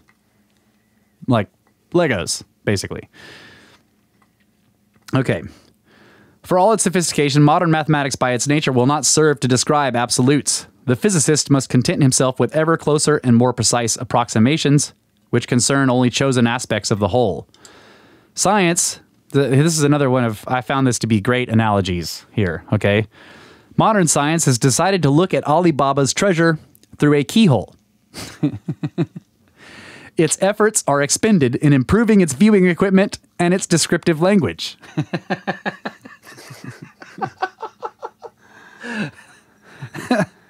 Is this amusing to, like, do you see why this amuses me? Alibaba's treasure is knowledge, right? That the symbol in this analogy symbolizes knowledge. So there's a door, and behind it is the treasure, this thing you're seeking, the knowledge. Science has decided to look through the keyhole, and you have to, like, you know, and they improve their viewing equipment of looking through the keyhole, yeah, and their descriptive language, which is math. Yeah. Ways of describing what they're seeing through the keyhole, right? But as all voyeurs know, it is impossible to see the whole room through the keyhole from any given angle, and it is impossible to peep at only one angle at a time. It is possible to peep only at one angle at a time. Despite similarities in description, the mystic's methods and aims are different. To the mystic, the voyeuristic approach serves no purpose. The mystic spends his life learning to say, "Open sesame," and then walks in and makes the treasure his own. For the benefit of others, he does describe what he sees as best he can, but his object is to get himself through the door. In practical terms, the implications of the two approaches reverberate far beyond the bounds of mysticism, metaphysics, and the philosophy of science. One leads to the hydrogen bomb, and the other to the Taj Mahal. Wow. I liked that analogy, though, of like science is looking at the treasure through a keyhole, you know? And you have to change your angle, and you can see bits. You can see a coin on the ground there, and then you turn over here, and you can see a jewel that way, but you can never see the whole thing. Yeah. So they focus on getting better and better looking equipment, you know, and better and better ways of describing it. And whereas a mystic just wants to walk through the freaking door and take the treasure. Yeah. I get that, but he's pretty cynical. I mean, yeah. I mean, he's definitely cynical. I could say the same thing about mystics versus like real science, you know? Yeah. Yeah. They sit there and it's like, oh, you know, like it's all about this and that. And then you're like, what are you talking about? Yeah. You actually get. Yeah. So in other words, he's taking mysticism at its root of what it means, whereas he's taking science for what happens when he should do both, right? Yeah, it's the difference between trying to observe what is and then asking why it is what it is. It's like we can use inertia, this principle, to figure out all kinds of stuff and make predictions, but that's as far as it goes. Why is inertia true? Nobody knows, and most scientists don't really care. Yeah. But how do you answer that question? It's interesting to think about it, you know, but when you, I guess I shouldn't say that. Probably a lot of physicists wonder why inertia is true, but most of the time, due to their business or whatever they're doing, they're using the principle of it to figure other things out. Yeah. So yeah, it is in a form. It's looking through the keyhole. Yeah. Whereas in the fundamental idea of mysticism, you're not even concerned with that. Your purpose is to walk through the door, not Yeah, not try to figure out little bits and pieces of the universe. I was looking at it in terms of like gaining the knowledge, right? Yeah. Going through the door and making the knowledge yours. Yeah. So that The knowledge of all things, though. I was using inertia as an example. Okay. Because, a mystic would never really look at inertia ever. That's Okay. not... I guess I'm trying Bad to figure analogy. out... No. I was just using that as an analogy of like what Science is doing. Science is using this principle, not asking why. It's true. Not seeking the knowledge of, I mean, again, some of them are obviously, Yeah. but why it is true is not always the most important question to science. Yeah. You know, it's how does it work is often the more important question. Because that allows us to do things with it. When we figure out how it works, we can Yeah. do stuff with it. Figuring out why it became to be that way or why it works doesn't necessarily give you the ability to do things with it. Yeah. It's like cosmology itself is sort of, it's like, okay, yeah, you're theorizing about many worlds and all this stuff and the Big Bang and everything. There's people developing all these theories. That doesn't help us build striped toothpaste. That's right. It does help us in some ways, you know. Yeah. But it's not really, you know. And I guess you know he's sort of cynical about that materialism of our modern society that we're taking these elements of the universe and how it works and just like building hydrogen bombs out of it. That's why I'm saying he's like it's really cynical. Yeah. Yeah, I wonder, and there is a good analogy to say, well, one of the things that science is becoming good at is like, if you stare through the keyhole at the various aspects of the treasure long enough, the goal then is maybe I can't get through the door, but I can stare through this keyhole, and if I build better and better equipment, eventually I can replicate the treasure on this side of the door. Yeah. Right? Or a version of it. Yeah. Hey, that's, yeah.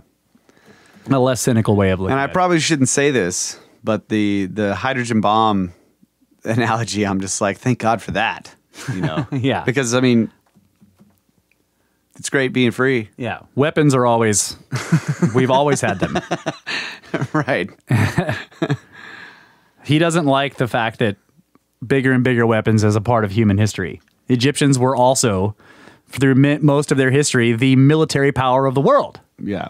And they did that because they had bigger and better weapons in terms, not just in terms of like what kind of sword they had, but their tactics and, you know. Yeah. So yeah, he doesn't like hydrogen bombs. I get it. And he does like the Taj Mahal. But something that builds pharaonic temples can also go out and lay waste to other civilizations. And they did many times. That's right. So I've mentioned this before, but sometimes I have a problem with this sort of utopian idea of the past that like, oh, they were just so much more. Maybe they were. That's fine. But it's sometimes it's I guess too often it seems like people want to jump to this conclusion that everything was just peachy and amazing and stuff. Yeah. Sure. He mentions in here many times how the Greeks talked about how the Egyptians were the happiest, most healthy people and all this stuff. Yeah. And he's like, they had all this knowledge. And I'm like, yes, but they also had such powerful armies that no one would attack them, you know? Right. And that gives you the chance to build giant temples and huge pyramids and have kind of be free. Yeah, exactly. Even when you're ruled with an iron fist with a pharaoh. Yes. When the first Egyptian medical papyri were deciphered, German doctors laughed. This is a really cool this is a sort of a excursion into some medical oddities and interesting things about Egyptian medicine here. The Egyptians advised the application of crocodile dung and other unlovely substances to soothe and heal wounds, inflammations, and infections. The system was dubbed a German word that I can't pronounce, which means sewage pharmacology, by the bemused Herren Doktoren. But doctors today do not laugh. It is clear that medicine men 5,000 years ago knew some things that medical men of 50 years ago did not know. that the application of these substances was making use of raw, natural antibiotics. How could Egypt acquire this knowledge? Historians will consider but two related explanations, accident or trial and error, which is systematically organized accident. Accident and trial and error are like coincidence in other familiar contexts, catch-all explanations designed to ease the scholar over intractable problems and dissuade the student from asking embarrassing questions. But when subjected to the kind of scrutiny we applied earlier to those clear, logical thinkers who worked with diorite instead of sandstone, discrepancies appear. So what he's talking about there is he shows this description of one Egyptologist who describes these Egyptian architects as being clear, logical thinkers, and they were not concerned with metaphysics, and they were just building stuff. But then he's like, and yet they had all this sandstone and soft stone, and yet they chose to work with, some of the hardest substances, right, for no reason whatsoever that anybody can determine. Is that quote unquote clear, logical thinking from that guy's standpoint? No, it didn't make sense. So that's what he's talking about there. He says, can we postulate, or how, in point of fact, might accident lead to the discovery of the natural antibiotic qualities of dung? Can we postulate a wounded soldier returning home along the riverbank, too tired to pay close attention to where he is walking, he slips in a pile of crocodile dung, which smears over his wounded knee. An unfastidious sort, he neglects to clean the wound. Indeed, he neglects to clean it for several days. But at the end of that time, miraculously, his wound is healed. He reports this to the local shaman, who forthwith stops chanting incantations and starts applying dung. Somehow, this is unconvincing. Which would be an accident, right? Yeah. So a tomb painting at Beni Hassan dating from about 2000 BC shows an acacia tree. The Egyptians made a chemical contraceptive by grinding together the acacia spikes, honey, and dates. We now know that acacia spikes contain lactic acid, a chemical that kills sperm. The mud of the Nile, dried hard by the sun after the annual flooding had subsided. The Egyptians used this mud as an ingredient in a number of medical preparations, and only recently has it been found to contain natural antibiotics. In ancient Egypt, it was possible to have a pregnancy test at the earliest states, and at the same time to determine the sex of the unborn child, or so it was claimed. The method used was to take a woman's urine and soak bags containing wheat and barley with it. They found that if the subject was pregnant, the urine would accelerate the growth of the wheat if the child was to be a boy, or the barley if it was to be a girl. Wow. Yet such a test is only a comparatively recent innovation with us. Not until 1926 was a urine pregnancy test discovered, and it was another 7 years before the acceleration of wheat and barley was confirmed by laboratory tests. The Egyptians who went on the caravan routes chewed a root they called the ami mahos.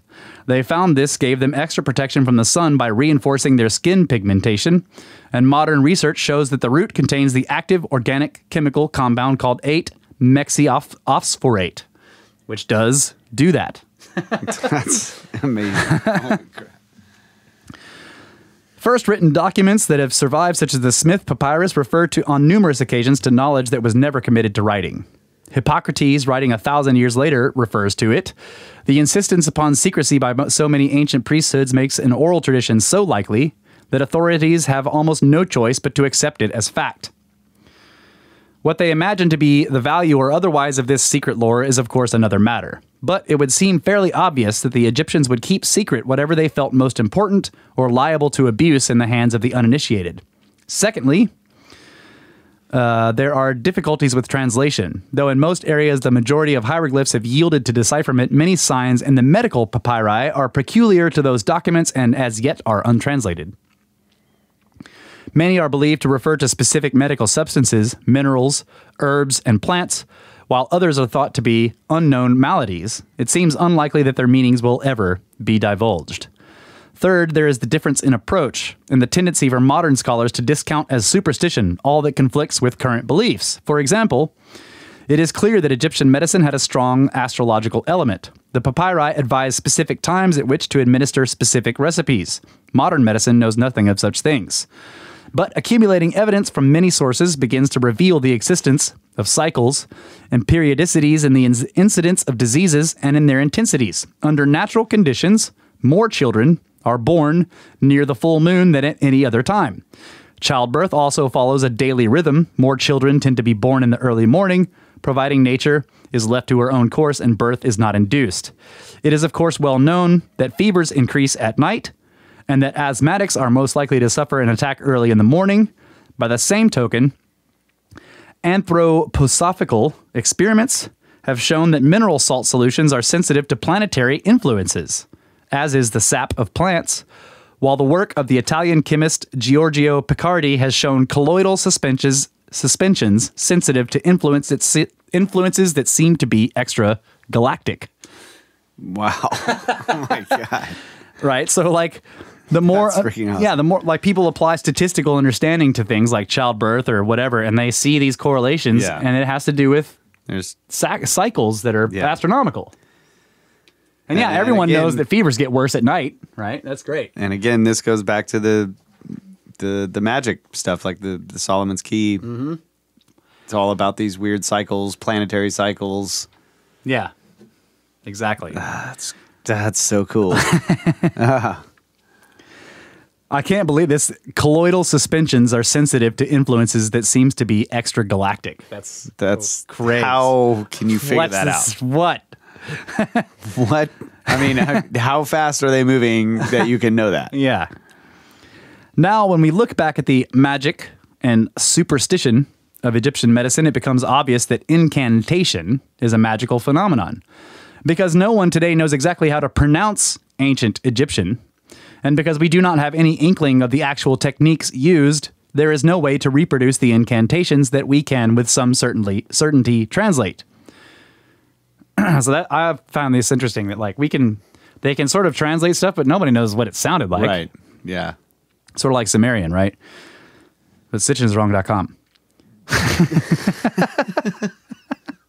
A lot. When I got into this language stuff, I kept thinking, because he, at some point here, I'll probably have to get to this in the next show, but he gives you, there's a short stanza that's part of the pyramid text, and he gives you 4 like top authoritative hieroglyph experts, their translations of it, and they don't even look, they're not even, you can sort of recognize that maybe this is the same thing, but, and I'm just like, yeah, stitchingswrong.com. Yeah, that's a fascinating idea too, that the actual sounds or the way they spoke in some way actually caused other things to happen. Yeah, like, exactly. It's magic. Yeah. and bringing up music again, I often refer to this like because I'm fascinated by the language stuff, like all of the language stuff, the spoken word, whatever. Music has this strange, just like he was saying that certain words or sounds have the same meaning across all these languages. Yeah. Music is the same way. Like we had talked about this before, the minor chord versus the major chord often creates the same sort of feelings within people. Like some people get sad or, they think it's beautiful, but it's a sort of sad, it's a melancholy beauty. kind of beautiful. Yes. Yeah. And then the major chords are like happy and, upbeat and uplifting. Yeah. Bunny hopping. Ba-boom. No. There's no bunny hopping. No bunny hopping allowed on the new album, folks. we have all these names where we're trashing each other by the way we play our instruments. Yeah, Meowtown. Ty takes it to Meowtown all the time, dude. Come on, you're taking it to Meowtown.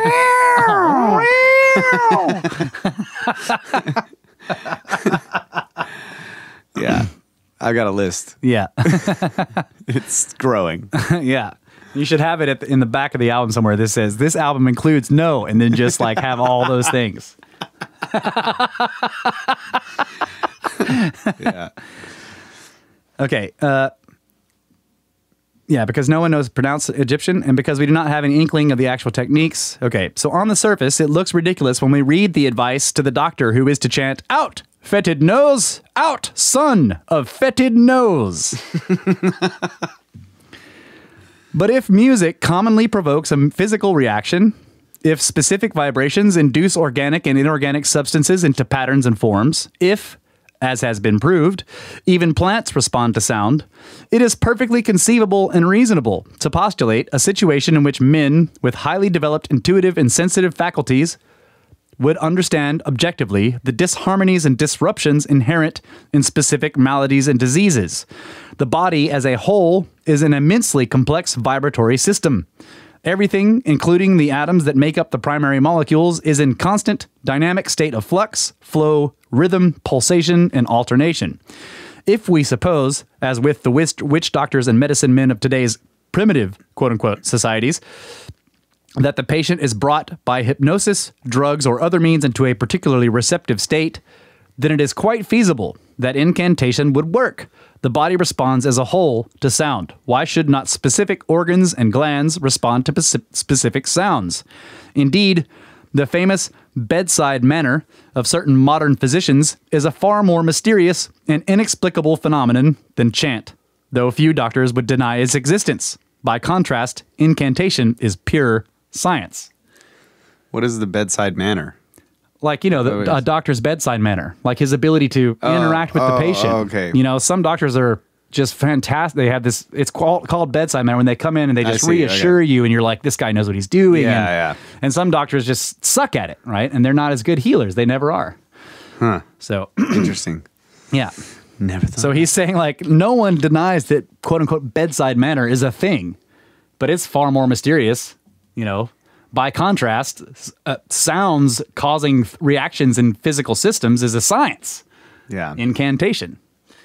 And there's a lot of stuff now, like with binaural beats and all this kind of stuff. Yeah. You play these songs that have binaural beats in them, and it creates different brain waves and stuff going on. Exactly. Oh, yeah. So he said, okay, so now we're on chapter 4. Myth can be used as a vehicle for handing down solid knowledge. Independently from the degree of insight of the people who do the actual telling of the stories. In ancient times, moreover, it allowed the members of the archaic brain trust to talk shop unaffected by the presence of laymen. The danger of giving something away was practically nil. I thought that was interesting. It's a myth is a vehicle for handing down knowledge independent from the degree of insight of the people who do the telling of the stories. We've said this many times. Talked about that many times. Yeah. All right. Are we way over time here? Yeah. Okay. It's all good. Yeah. Yeah. I guess we'll have to continue next time. Chapter 4. Yeah. We're on chapter 4. And we get it. He starts getting into some of the translations and hieroglyphic systems and all interesting stuff, but sort of scattered. It's like, to me, it That's seems just the way he writes it. Yeah, he's weaving his way through all this stuff, and it seems to me to be a setup for some final thing that he's going to do at the end. Yeah. But he's trying to basically say, like, you have to understand the breadth and depth of the knowledge of these people, and that there's all this evidence that they were actually far more sophisticated than, and so he's just giving you all these examples, and constantly, and I never did any of this in there, but constantly he's giving you these sidebars of scholars who are saying the opposite of what he's saying, and it's sort of shown to be ridiculous by the evidence that he's laying out. Wow. So I didn't... So as you're reading through, he's saying all this stuff, and then on the side, there's like, this scholar, and he's quoting from this guy's paper or that guy's book or whatever, how he says that, like, well, they just didn't know what they were doing, and this is all bullshit, and it's freaking, it was done by accident. And then he's showing you all this stuff that's like, no, it wasn't like that, and it wasn't bullshit, and it wasn't by accident. So he's sort of giving you and then, of course, he does have scholars who are pointing out it's actually even 50-50, people who are scriptards and people who are pointing out how much we still don't understand about these people. Yeah. So, and one thing I wanted to say about my comments earlier about the hydrogen bomb and him being cynical is that I obviously don't understand nearly as much about their culture that he does. So maybe if I did, I would also be cynical about it. That's because I mean, like I'm coming from the outside, and I recognize that I probably have a bias towards Western civilization. Yeah, exactly. Yeah. Probably. I mean, definitely. Yeah. I obviously revere, like I look at the pyramids and the stuff that they built and all the mathematics they put in it, and I'm just like, wow, this is amazing. These people are amazing. I wish we did stuff like that today. Yeah. So I have the same sort of, I don't know what you would call it, reverence for whatever it was about their culture that ended up, resulting in these amazing things that they build. Yeah. But I don't have near the understanding that he does, obviously. So Yeah. I shouldn't really comment on that. Well, and in some sense, it seems like... I guess what I'm saying is his cynicism in one respect could be totally founded. And I wouldn't even know. Because we haven't, Because I don't understand what he's, Yeah, what he's seeing yet. Yeah. That's the point of these, hopefully the point that we're going to try to get across here. But I also think that, like, a lot of times when I read his stuff where he's throwing in stuff about hydrogen bomb or people making napalm, it's more... He kind of jokes about it. He's more of a making a sarcastic point than he is actually trying to give you a direct... Like, he doesn't think that we're taking civilization advice from people who made napalm anymore. Right. He doesn't actually think that. But it's a way of getting his point across, But on the other hand, I do see what you're talking about. Like, his assumption... And maybe it's not an assumption. It's maybe it's something he knows because he knows a lot more about this than I do. But to me, I'm like, well, your assumption is there's no equivalent of napalm in their civilization. Who are the guys that made the swords, right? You don't want to take civilization advice from those guys. Okay, they probably didn't get the sword makers to build the temples. Right. Right? But what he implies by saying stuff like that is they didn't have any sword makers because they were just, everything was amazing. Yeah. And I'm just like, I see where you're going with that. And I completely agree. And your point about the science looking through the keyhole and the mystic walking through and taking the treasure, I understand what you're saying there too, that in one sense he's pointing out what as opposed to what science is about principally, he is pointing out what happens with scientists. Yeah. And then with mysticism, he's taking it principally as opposed to what happens with mysticists, right? Yeah, exactly. I'm like, no, that's an unfair comparison. You're taking like, here's what mysticism is about principally, which almost never happens with actual mystics, right? Yeah. And comparing it to what scientists actually do as opposed to what science is about principally. Right. So I completely agree with that. And to me, it's almost like he's making a literary point as opposed to a literal one. You see what I mean? Yeah. That's why I'm saying the John Anthony Westisms, the stuff about bobblehead dolls and freaking hydrogen bombs. He has a great sense of humor. Yeah. About that stuff. So, like, Egyptians didn't make anything equivalent to bobblehead dolls. Come on. And the bobblehead dolls are great. Yeah. The other thing about the cynicism is that he was embedded in that world full of Egyptologists who basically they're the ones who are... They engender the cynicism in him because he's just like, God. In some cases, he gives direct quotations of conversations he had with them when he's like, when I started this work, I had this conversation with this guy, and the stuff that he says is ridiculous. And you're just like, come on, bro. Yeah. So I understand that. And it's a lot easier to be cynical about something where you can see all the details, like modern civilization, as opposed to something in the past where we're having to extrapolate large cosmological inferences. Yeah. So, yeah. Yep. Fine. So what I'm saying is... Make your jokes. I think your points are well made. I will laugh at them. Yeah. I love the guy. Yeah. All right. Yep. That's it. So there will obviously be a part 2 and maybe a part 3. I don't know. Yeah. You can get a hold of us at brothersoftheserpent@gmail.com. Send us an email. Send Russ an email. And he'll read it to all of us on the next show. Yeah. If you don't want me to, say that in the beginning. So. Yeah. Check out our website, brothersoftheserpent.com. Make comments there. Comment on YouTube site. Yep. Yeah. Anywhere Snake Bros are found, make comments.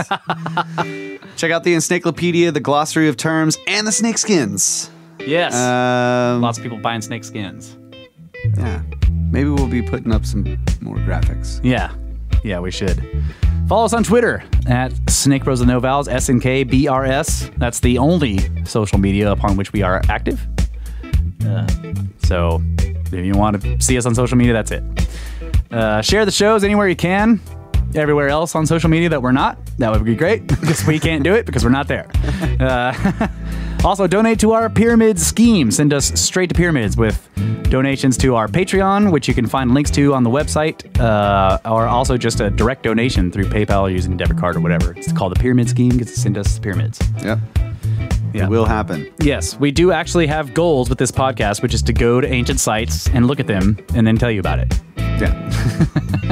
Report from there directly. So, also give us reviews on iTunes. That really helps. You go in and if you write a review, I almost always will read it on the show. I don't think I've missed reading one yet. So, and I've noticed that people are giving us lots of reviews, not writing stuff, but still the numbers of reviews are going up. So thank you guys so much for that. Really appreciate it. And also appreciate everybody that has donated to the Pyramid Scheme. Absolutely. Yep. And let's see. Facebook group. There is a Facebook group run by Jordan. The Watcher is there. Grand Watcher is there. George Howard is there. Jeff of the Serpent Tomes is there. The Library of the Serpent. He's also there and shared that on there. So that's one good place you can go to suggest further tomes and links for the Library of the Serpent. What else? History Shift. What's up?